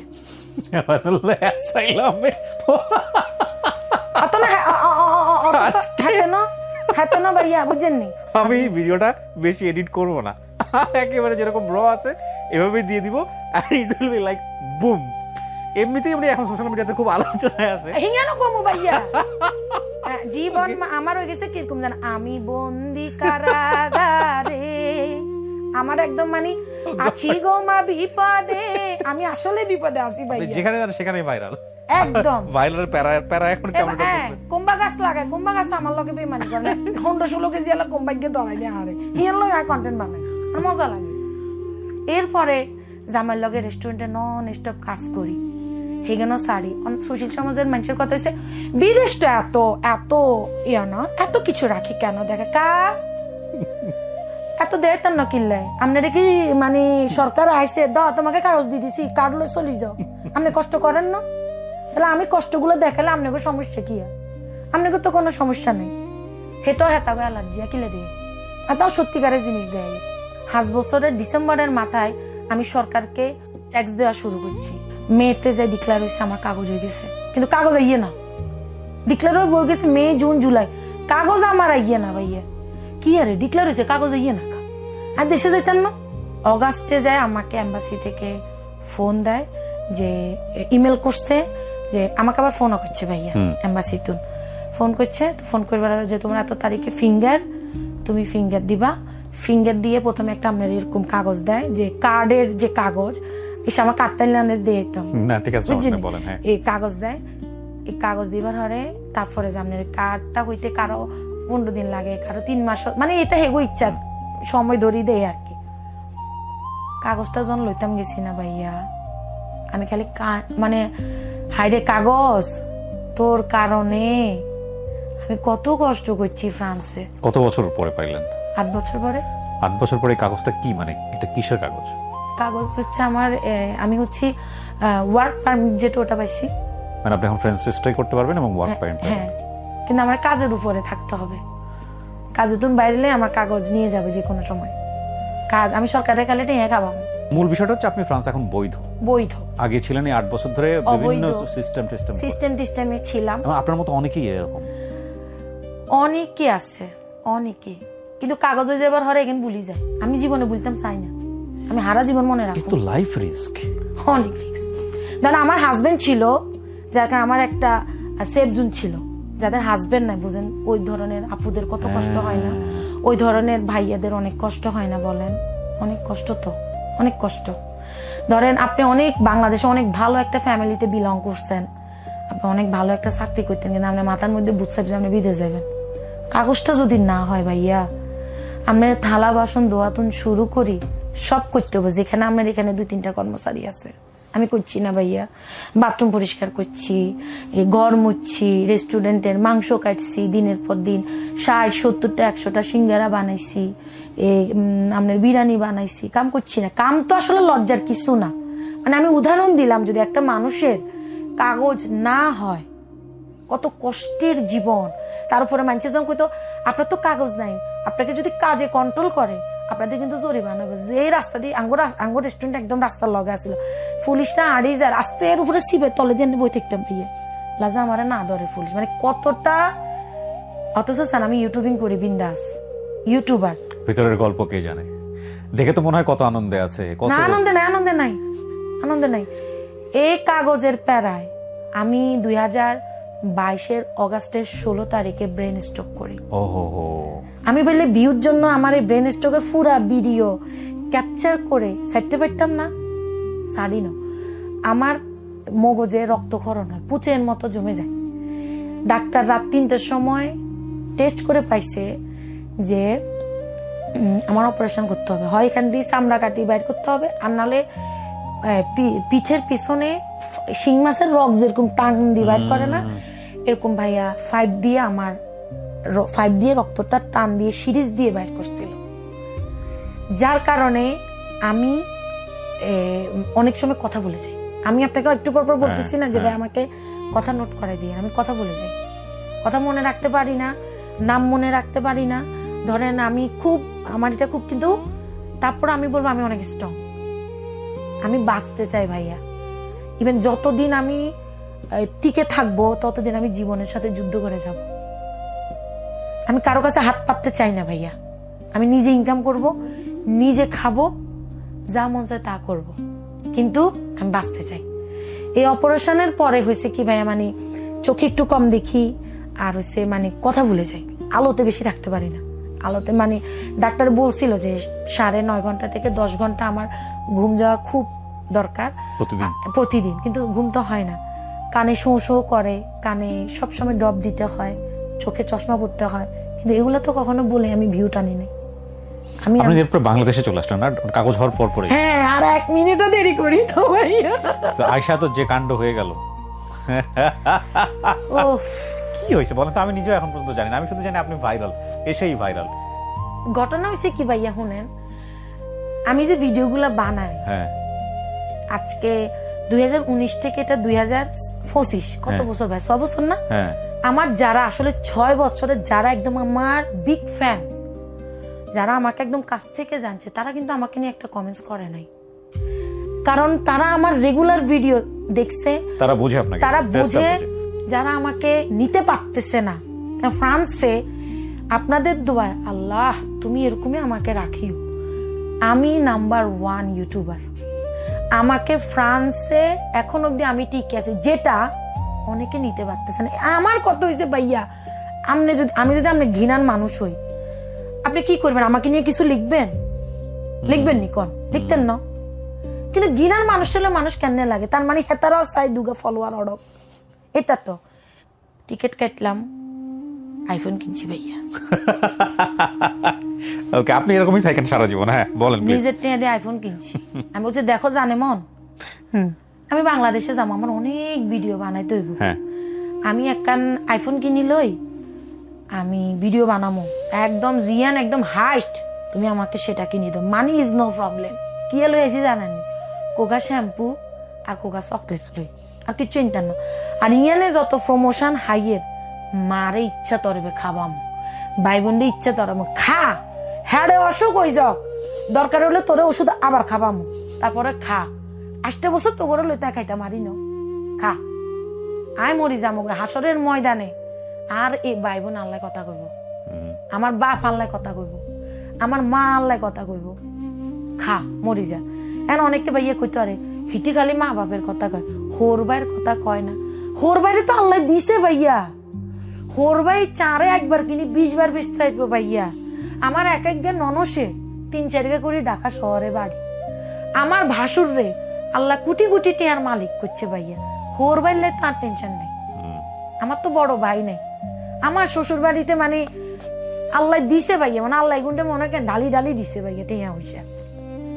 আমি অনেক লাকি যে আমার শ্বশুর বাড়ি থাকে না ভাই, এটা একটা স্বপ্ন থাকে, বিয়েই করছি যে আমার শ্বশুর বাড়িতে অনেক পশ, এখানে বুঝছেন নি ভাইয়া, মানে ভাল লাগে না যে হ্যাঁ আমার ভাসুর রাজুকের ইঞ্জিনিয়ার, হ্যাঁ আমার ননা বলতে খুব ভালো লাগে, আমার ননা সচিবালয়ে জব করে, কইতে আর খুব ভালো লাগে ভাইয়া, বুঝছেন? মানে মাশাআল্লাহ আলহামদুলিল্লাহ আমার শ্বশুর বাড়ির লোকজন না ভাইয়া কয়জন, আর বাবার বাড়ির মধ্যে বড় ভাই তো নাই, হয়তো বা বড় ভাই যদি থাকতো, আমার বড় ভাই হয়তো বা আমার মারে দেখতো, আমি বড় ভাই, আমি মনে করি আমার মার ছেলে হচ্ছে আমি, এই মারে যদি আমি না খাবাইতাম হারি, আমি হইতো দিন আমার মারে লই গান গাই, মা গো তোমার মতো হলয় না কে হো, আমায় বুকে হেটানি আদর কইরা, আমি গাই মারে দড়ি দড়ি গাই, আমার ভালো লাগে। ওরে মায়ের কান্দনে যাবতে জীবন, 2-4 মাসে বোনের কান্দন রে, ওরে ঘরের পরিবারের কান্দন কয়দিন পরার থাকে না, দুঃখের দরদি মা জনম দুঃখিনী মা, দুঃখের দরদি আমার জনমে দুঃখী মা। আমি করুম ভাইয়া, সারা জীবন করুম। মা যদি থাকে ভাইয়া, মা সেবা করেন, বদুয়া মানে দোয়া হাইবেন ভাইয়া, আর কিছু আনার না হান। মানে আরে কয় এ হিতি না আসে, হিতি শরম আসেনি, আই যদি নাসিও আন মারে খাবাই তো। অনেক মা বৃদ্ধাশ্রমে আসে না, হুজি যদি ভালো হইতো হে সন্তানের মাকে বৃদ্ধাশ্রমে থাকতো ভাইয়া। আই তো গরিব মানুষ, আই তো আমার মারে খাবাই, আমি নাসি খাবাই, আমি নর্তকীই খাবাই, আমি চামড়া বেশি খাবাই। অনেকে আমারে বলে ভাই, আমি ভিডিও বানাই, চামড়া বেশি খাই, নর্তকী, অনেক কথা বলে ভাইয়া। খাবাই তো, মারে তো খাবাই, আমি তো কারোর উপরে মানে ভর করি নাই ভাইয়া, আর থাকবো না আলহামদুলিল্লাহ ভাইয়া। বাংলাদেশে আসি ভাইয়া, ব্যাগের মধ্যে এখন পতাকা লইয়া আসি ভাইয়া, যে এয়ারপোর্টে এখন সুন্দর করে পতাকার দড়ি ছবি তুলো। যেতে ল্যান্ড করছি না ভাইয়া, হেতে এত বেশি লোকজন নাই, আয় আর বুঝছেন নি ভাইয়া, পতাকা আন্দোলন আর ছবি তোলা হইলো না। কন্টেন্ট ক্রিয়েটর তাঙ্গ তো মাথার মধ্যে হারা দিন গিজ গিজ করে কন্টেন্ট বানামো, স্বাভাবিক ভাইয়া, এটা আপনারও মনে যাইতো। আরে খেলা সেতে গেলে পতাকা লই এনে করে ছবি তোলা, এটা দোষ করছি নি ভাইয়া, দোষ তো করি না। আপনি বাংলাদেশ ভালোবাসলেও দোষ, বাংলাদেশ ভালো না বাসলেও দোষ, আপনি ভাত খাইলেও দোষ, উপাস থাকলেও দোষ। কি যে একটা বিপদে আসি ভাইয়া, মানে বলার বাইরে। ইয়ের মধ্যে আমগো একটা টিভি চ্যানেল আর সাক্ষাৎকার লইছিল ভাইয়া, তাই একবারে পতাকা আনতে কইছি যে আমার ব্যাগের মধ্যে পতাকা আসিল। আসলে এখন আমি যেটা বুঝছি যে যখন আমি ভিডিও বানাবো একদম পাই কইতে মানে এক্সকিউজ মি আপু, আপনি আদা দিতে ভুলে গেছেন, হ্যাঁ আদার মধ্যে পানিটা দিতে ভুলে গেছেন, মানে বুঝলেন মানে আমার কতটা পুঙ্খানো ভাবে মানুষ চায়। পতাকা ধরে একটা ছবি তুলছিলাম ভাইয়া, ছবি টবি ভিডিও করি ধরে আইলাম। এই যে অডিয়েন্সটা আমি কিউ দিয়ে দিছি, তাহলে আরে টোল করবো কেন ভাইয়া।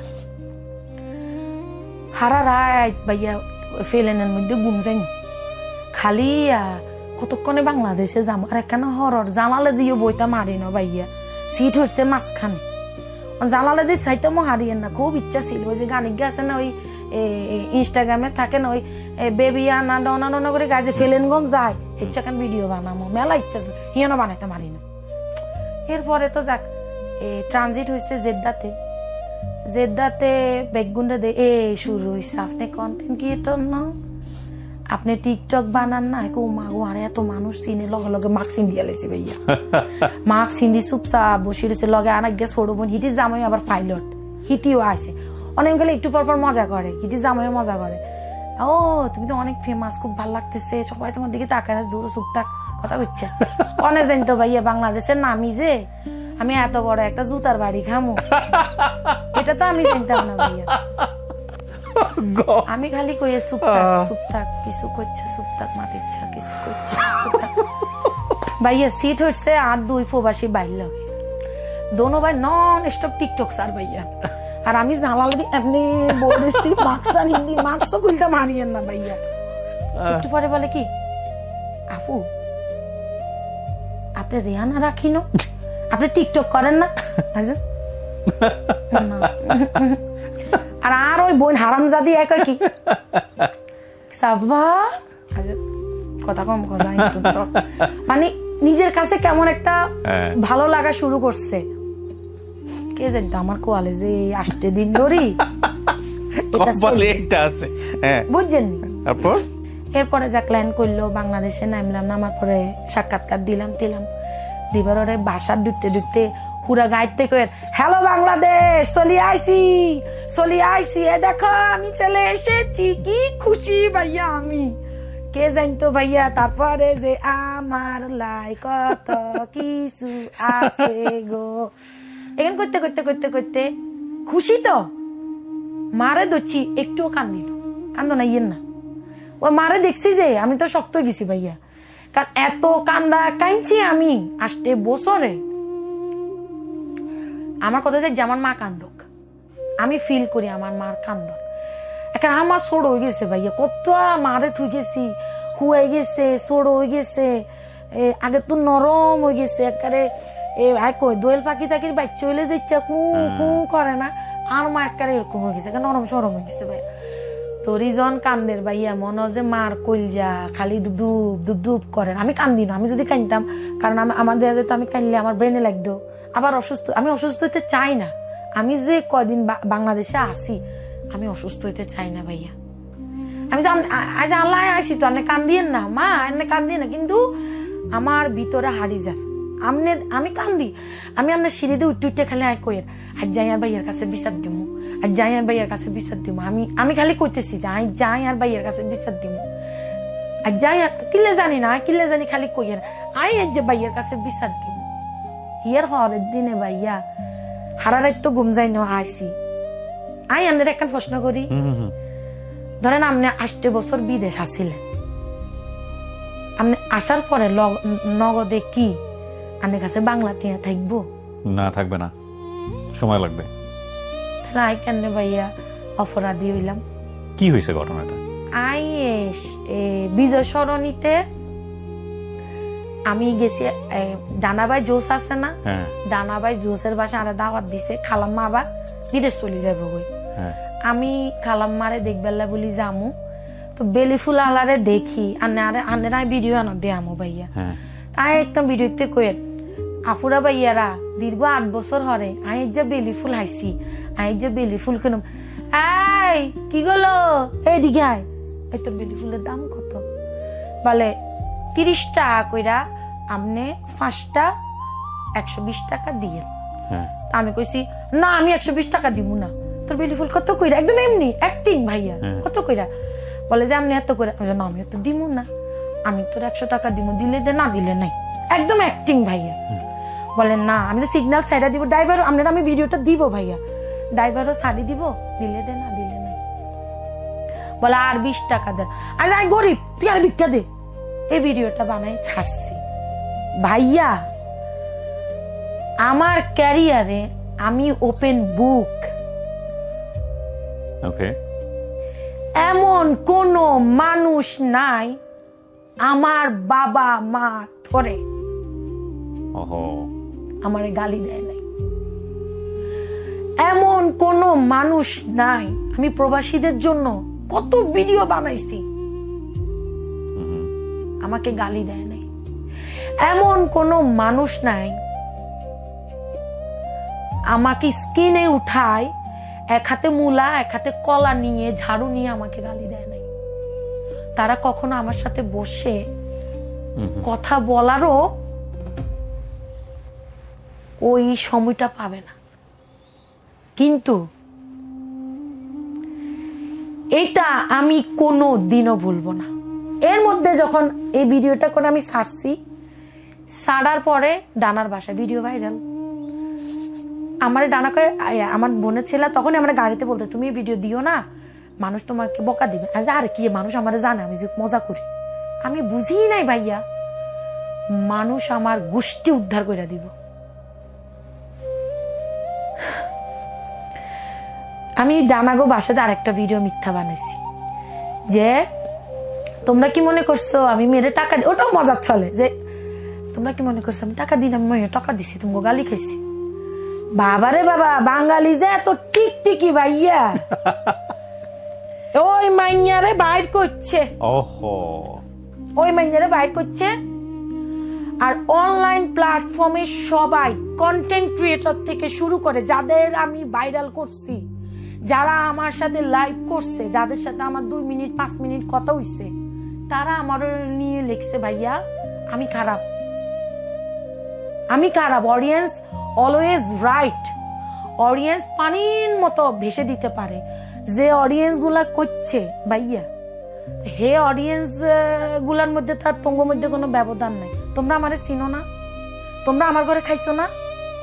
আমি যখন 50 জন 60 জন দাওয়াত দিছি, আমার যখন 100 জনের অ্যারেঞ্জমেন্ট করছি ভাইয়া, আমার যখন খানা অনেক বেঁচে গেছে, মানুষ 2 জন, আমি তো বক্সে বক্সে তোমাদেরকে খাওয়া দিছি। তোমরা কিভাবে লেখো আমি ছোট লোক গরিব ফকিন্নি?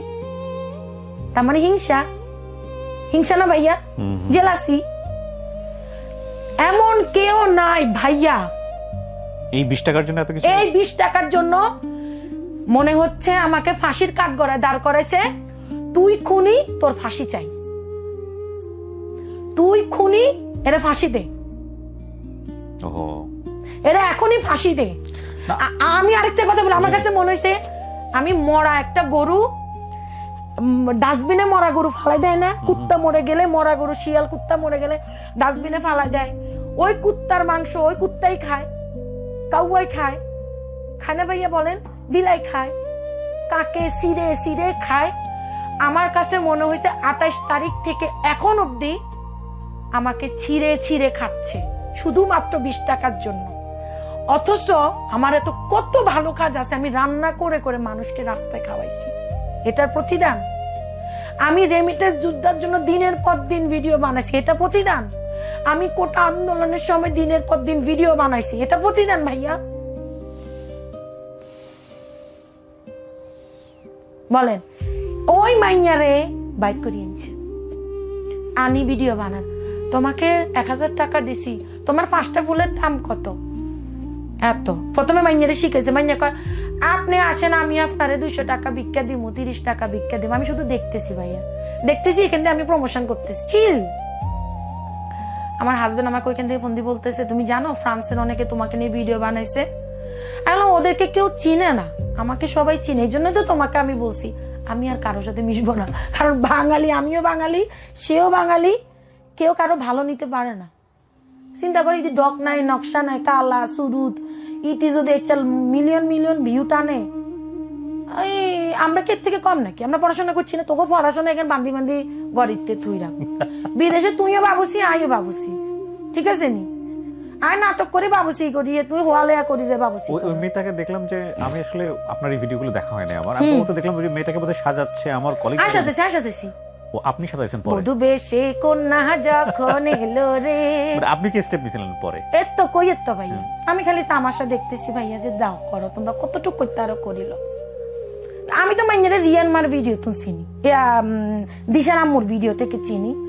পরে আমি দিশার আম্মুরে ফোন দিছি, কারে আপু এটা আমার লগে অনেক অভিনয় করছে, তাহলে এক কাজ করেন কোনো ভিডিও এডিট হবে না, এডিট করলে কবে কে কবে, আমি মাইনের শিখাই দিছি, শিখাই দি আমি ভিডিও বানাই এখন চাইতেছি।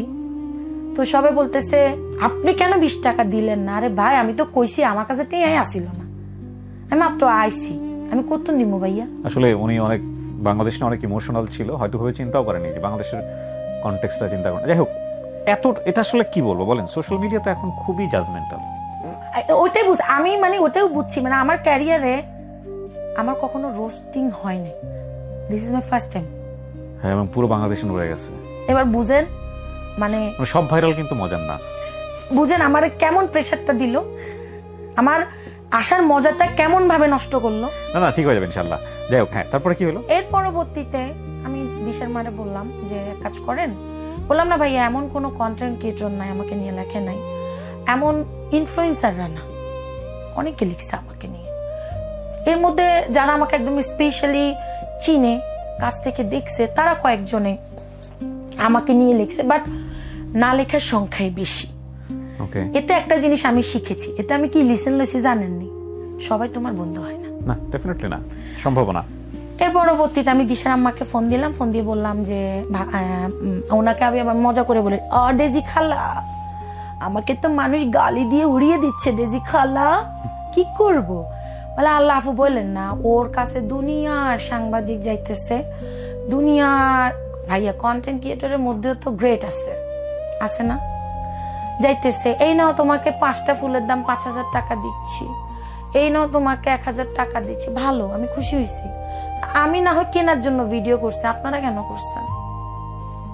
ট্রু, আপনিও ভিউর জন্য করছেন, আমিও ভিউর জন্য করছি। এর পরবর্তীতে আমি ভিডিও দেখতেছি, এখানে আমি আমার নিজের কাজও করতেছি, আর একটু পর পর আমার হাজবেন্ড এখান থেকে ফোন করে বলে তুমি তো এমন না রাখি, তুমি এটা কেন করছো? আরে দূর সিল থাকো, আমি এমন খারাপ কিছু করি নাই, এটা আমার একটা অ্যাক্টিং ছিল, ঠিক আছে আমি অন্যায় করছি, আমার কাছে টাকা ছিল না, আমি দিতে পারিনি, এটা আমার অন্যায় হয়েছে, আমি দেশবাসীর কাছে আমি আমার ভুলের জন্য ক্ষমা চাইছি। দেশবাসীকে তোরে কিতাম ক্ষমা করি, তোরে ফিসি এলাম, তুই যতদিন থাকবি তোরে ফিসি এলাম, কি আর ক্ষমা তোরে, তুই আসত কি আঙ্গ দেশে, তুই তোর দেশে যা। এখন তো এটাই মনে হচ্ছে, এটাও লিখতেছে আমাকে, তুমি ফ্রান্সে চলে যাও, তুমি বাংলাদেশে কেন আসছো? বাংলাদেশে থাকো বাপের, আর বাপের ভাই কন দেয় বাংলাদেশে, না আর জন্মস্থান কন দেয়। এরপর আমার যে একটা হাহাকার ছিল না ভাইয়া, মরে গেছে, একদম মরে গেছে। আমি তো এখন অব্দি রাস্তায় ওইভাবে আমার যাওয়া হয় নাই, আল্লাহ আমাকে সুস্থ রাখছে ভাইয়া, মাথায় কোনো প্রেশার নিচ্ছি না, এনজয় নিচ্ছি, যেহেতু আমি অসুস্থ মানুষ। ফার্স্ট টাইম তো এই ক্রিটিসিজম ব্যাপারটা তো ফার্স্ট টাইম, এই জন্য আপনার অনেক বেশি এটা লোড মনে হচ্ছে, বাট এটা একটা লার্নিং, এটা শিক্ষাও কিন্তু। হ্যাঁ, অনেক সময় দেখা যায় যে হয়তো পরিকল্পনা এটা ছিল না, এরকম আমার লাইফেও বেশ কয়েকটা কাজ আছে এরকম, যে আমি চিন্তাই করিনি এরকম একটা হতে পারে, কিন্তু সোশ্যাল মিডিয়াতে যাওয়ার পরে এটা উল্টোভাবে বুমেরাং হয়েছে আমার জন্য। আমি যেমন আমি একটা এপিসোডের কথা বলতে পারি, ফুড আপ পিকে নিয়ে আমি যেটা করছিলাম, আপনার দেখা হয়েছে কিনা জানি না, 3.5 থেকে 4 ঘন্টার একটা এপিসোড, এটা আনকাট ছিল। তো আসলে ওই এপিসোডটা যখন আমি পরবর্তীতে এডিট করে প্রচার করব, আমি একদম 3.5 ঘন্টা আনএডিট, এবং আমার মনে আছে ল্যাপটপে আমি ছেড়ে দিচ্ছি রেকর্ড করার পরে, আমি বাচ্চাদের সাথে কাজ করছি, একটু শুনতেছি, একটু কাজ করতেছি, বাট হয় কি একটা সেন্টেন্স, একটা বাক্য কিন্তু আপনাকে ধসায় দেওয়ার জন্য। 20 টাকা দেখেন আপনার ক্যারিয়ার নিয়ে কি পরিমাণ আলোচনা হচ্ছে, ওখানে অনেকগুলো বিষয় ছিল যেগুলো হয়তো প্রচার না করলেও আমি পারতাম, কিন্তু আমার কাছে মনে হচ্ছে okay fine, liberate, this is my point, যেতে পারে। পরবর্তী দেখলাম ওই সময় ইলেকশনের সময় ছিল, আওয়ামী লীগ ক্ষমতায়, পরে দেখলাম মানুষজন ইলেকশন ভুলে গিয়ে সবাই শুধু ওই ফুড আপির হাজবেন্ড নিয়ে আছে, এখন আমার নিয়ে যেটা হচ্ছে। এবং তারপরে যেটা হলো, প্রথম আলো যেটা নিয়ে রিপোর্টও হলো, যদিও আমার নাম ভেবে মেনশন করেনি, রিপোর্টও হলো এবং বড় করে হলো। পরে আমার কাছে মনে হলো যে আসলে আমি তো এটার জন্য এপিসোডটা ছাড়িনি, আমার টার্গেট ছিল অন্য কিছু। পরে আমার কাছে মনে হলো আমি এত মানুষকে বোঝাতে পারবো না। তো আমি অ্যাপোলজি করে এবং যথেষ্ট দেখলাম যে পেজে রিপোর্ট করা হচ্ছে, অ্যাপোলজি করে আমি সরে এসেছি। এখন সবচেয়ে বড় কথা কি, আমাদের অডিয়েন্সও কিন্তু অনেক সময় রেডি থাকে না। ধরেন আমরা যে পরিমাণ ইমোশনাল একটা জাতি, অনেক সময় দেখা গেল একটা ঘটনা ঘটে গেছে, আমরা ওই ঘটনা দেখার সঙ্গে সঙ্গে আমাদের মনের মধ্যে যে প্রতিক্রিয়াটা তৈরি হয় আমরা ওইটা নিয়েই কাজ করি। কিন্তু সেকেন্ড থট বলে একটা ব্যাপার আছে না, এই ঘটনা যেখানে ঘটলো তাহলে এই ঘটনা আমি চোখে যেটা দেখছি তার বাইরে কোনো কিছু আছে কিনা, ওই জিনিসটা নিয়ে চিন্তা করার মানুষের সংখ্যা কিন্তু খুবই কম, এটা সারা পৃথিবীতেই কম।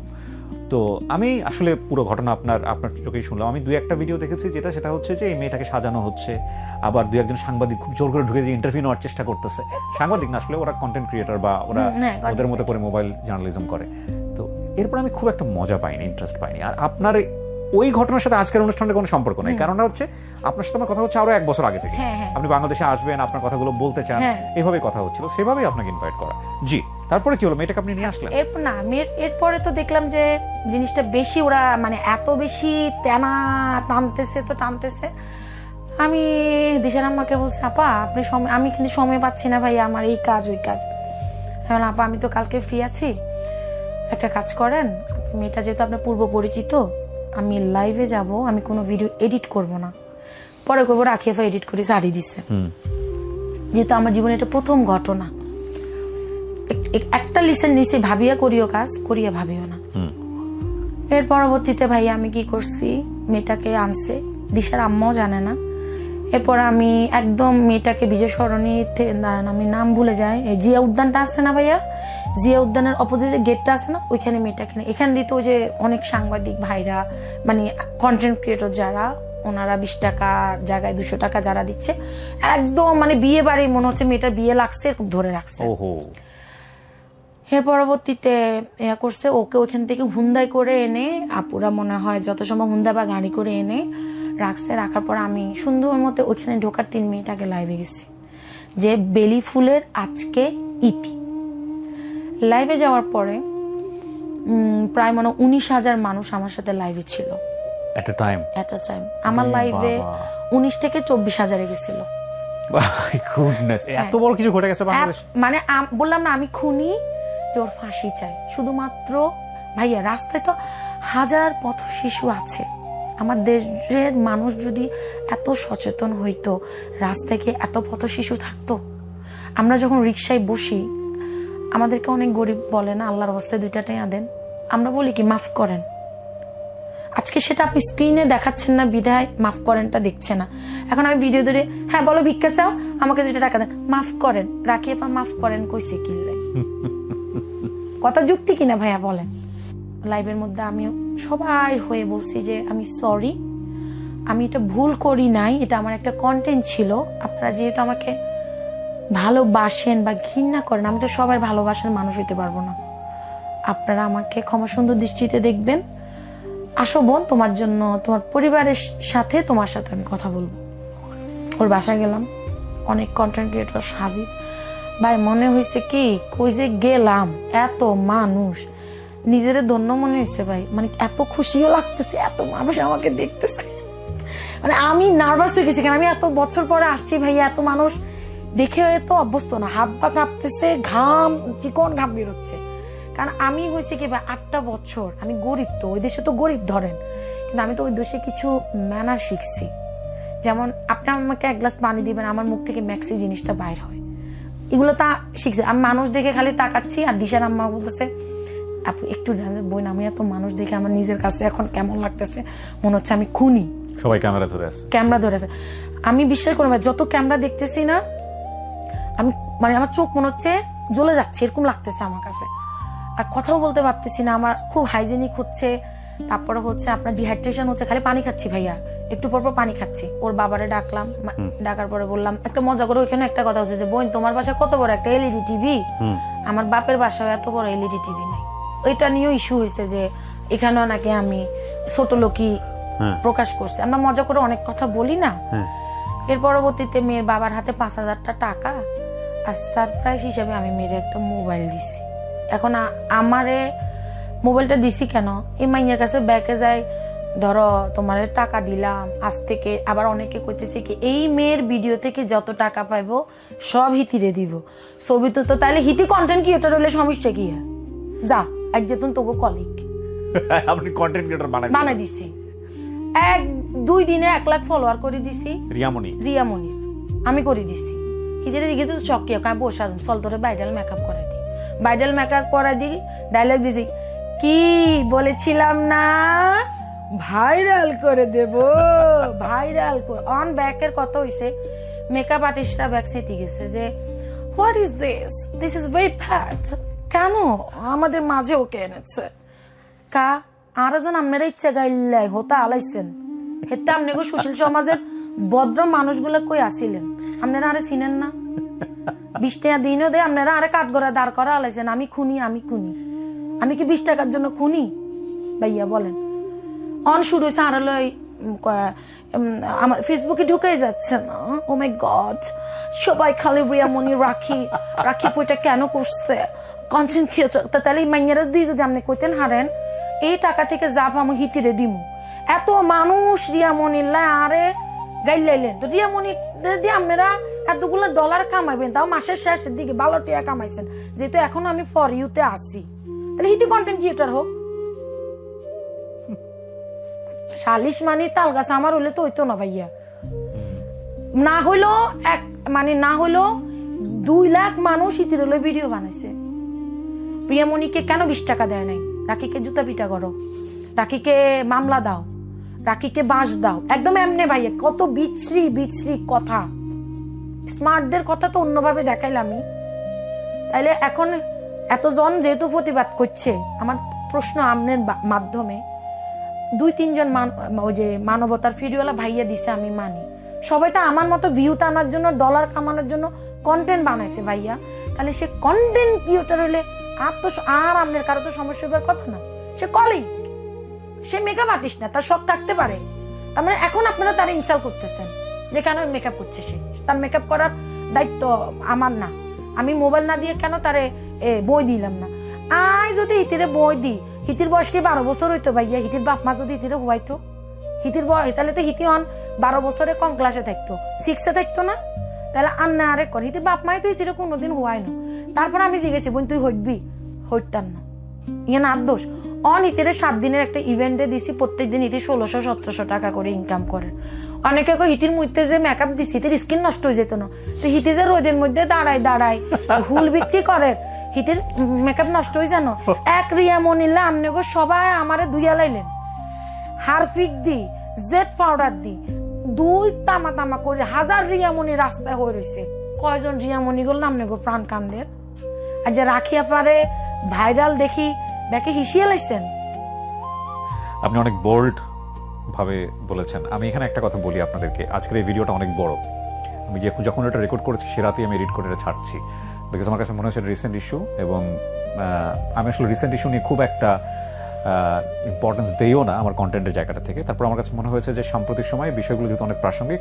ওনার জায়গা থেকে বলা এবং এই ওনার কন্টেন্টের জায়গাটা থেকে শুধুমাত্র না অনেক সময় অযাচিতভাবে আমরা অনেক কিছু নিয়ে এটাকে বলবো আনইনটেনশনালি ভাইরাল হয়ে যাই সেটাতে হয়তো উদ্দেশ্য থাকে অন্যরকম কিন্তু আমরা বোঝাতে পারি না এবং সেই জায়গা থেকে এই যে ক্রিটিসিজমগুলো আসলে অনেক ধরনের ইম্প্যাক্ট তৈরি করে তবে আমি যে কথাটা বলতে চাচ্ছিলাম এই ভিডিওর কোনো অংশ আপনি যদি 1 মিনিটের জন্য কেটে নেন 1.5 মিনিটের জন্য কেটে নেন 2 মিনিটের জন্য কেটে নেন বিশেষ করে ফেসবুকে এই টেন্ডেন্সিটা খুবই প্রবল যারা এটা কাটলে এই ভিডিওর যদি ওনার কোনো অনেকগুলো বিষয় এখানে কথা বলেছেন কেটে কুটে আপনারা ডিফারেন্ট মিনিং দাঁড় করাতে পারবেন টিকটক থেকে শুরু করে সব কটা সোশ্যাল মিডিয়া প্ল্যাটফর্মের জন্য আমি একটা একদম স্পষ্ট ভাষায় বলে দিচ্ছি যতদিন সময় লাগুক যেভাবে সময় লাগুক আমি প্রত্যেকটাকে কপিরাইট দিব সুতরাং দয়া করে এই ভিডিওর কোনো অংশ পার্টিকুলার অংশ কেটে নেবেন না কারণ পুরো ভিডিও মিলে যে অর্থটা দাঁড়ায় পার্টিকুলার কোনো অংশ কেটে নিয়ে আপনি যদি ইন্টেনশনালি ওনার কথাগুলো ব্যবহার করতে চেষ্টা করেন তাহলে ওনাকে কিন্তু অনেকভাবে ক্রিটিসিজমের মুখোমুখি করা যাবে সুতরাং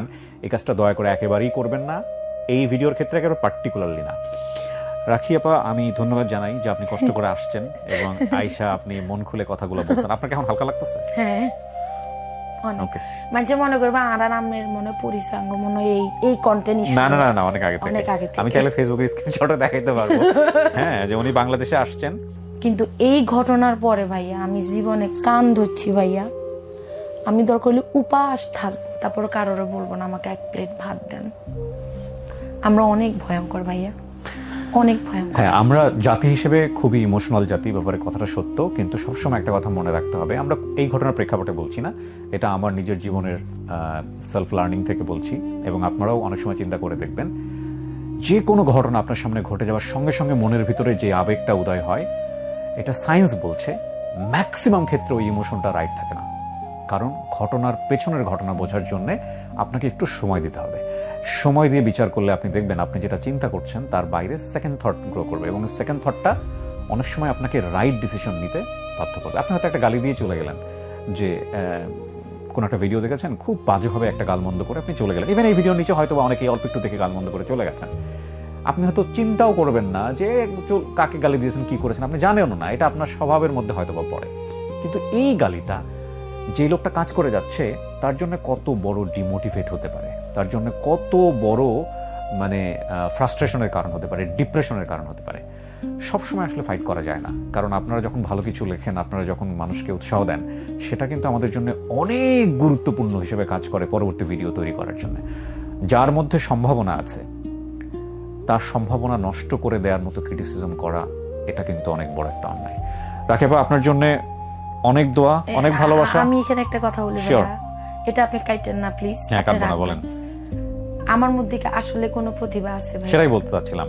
আপনি আমার মতো মানুষকে 2-2.5 ঘন্টা ধরে রেখেছেন এখানে, এবং আমি আপনার গল্প শুনে পুরো দুনিয়া ব্লাঙ্ক করে দিয়ে আমি হেসেছি। সো আমি আপনাকে এটাই বলতে চাচ্ছি যে আপনি এরকম থাকেন সারা জীবন, ঠিক আছে? মাটির কাছাকাছি থাকেন, ভালো মন্দ মিলায়ে থাকেন, আপনি কখনোই পশ হয়েন না, আপনার টাই আপনার পশ, ঠিক আছে? এরকমই থাকেন, এবং আপনি অসাধারণ মাপের মানুষ। হ্যাঁ, আপনার জন্য অনেক দোয়া থাকবে আমার কাছ থেকে এবং আমার অডিয়েন্সের কাছ থেকে। প্রিয় দর্শক এবং শ্রোতা,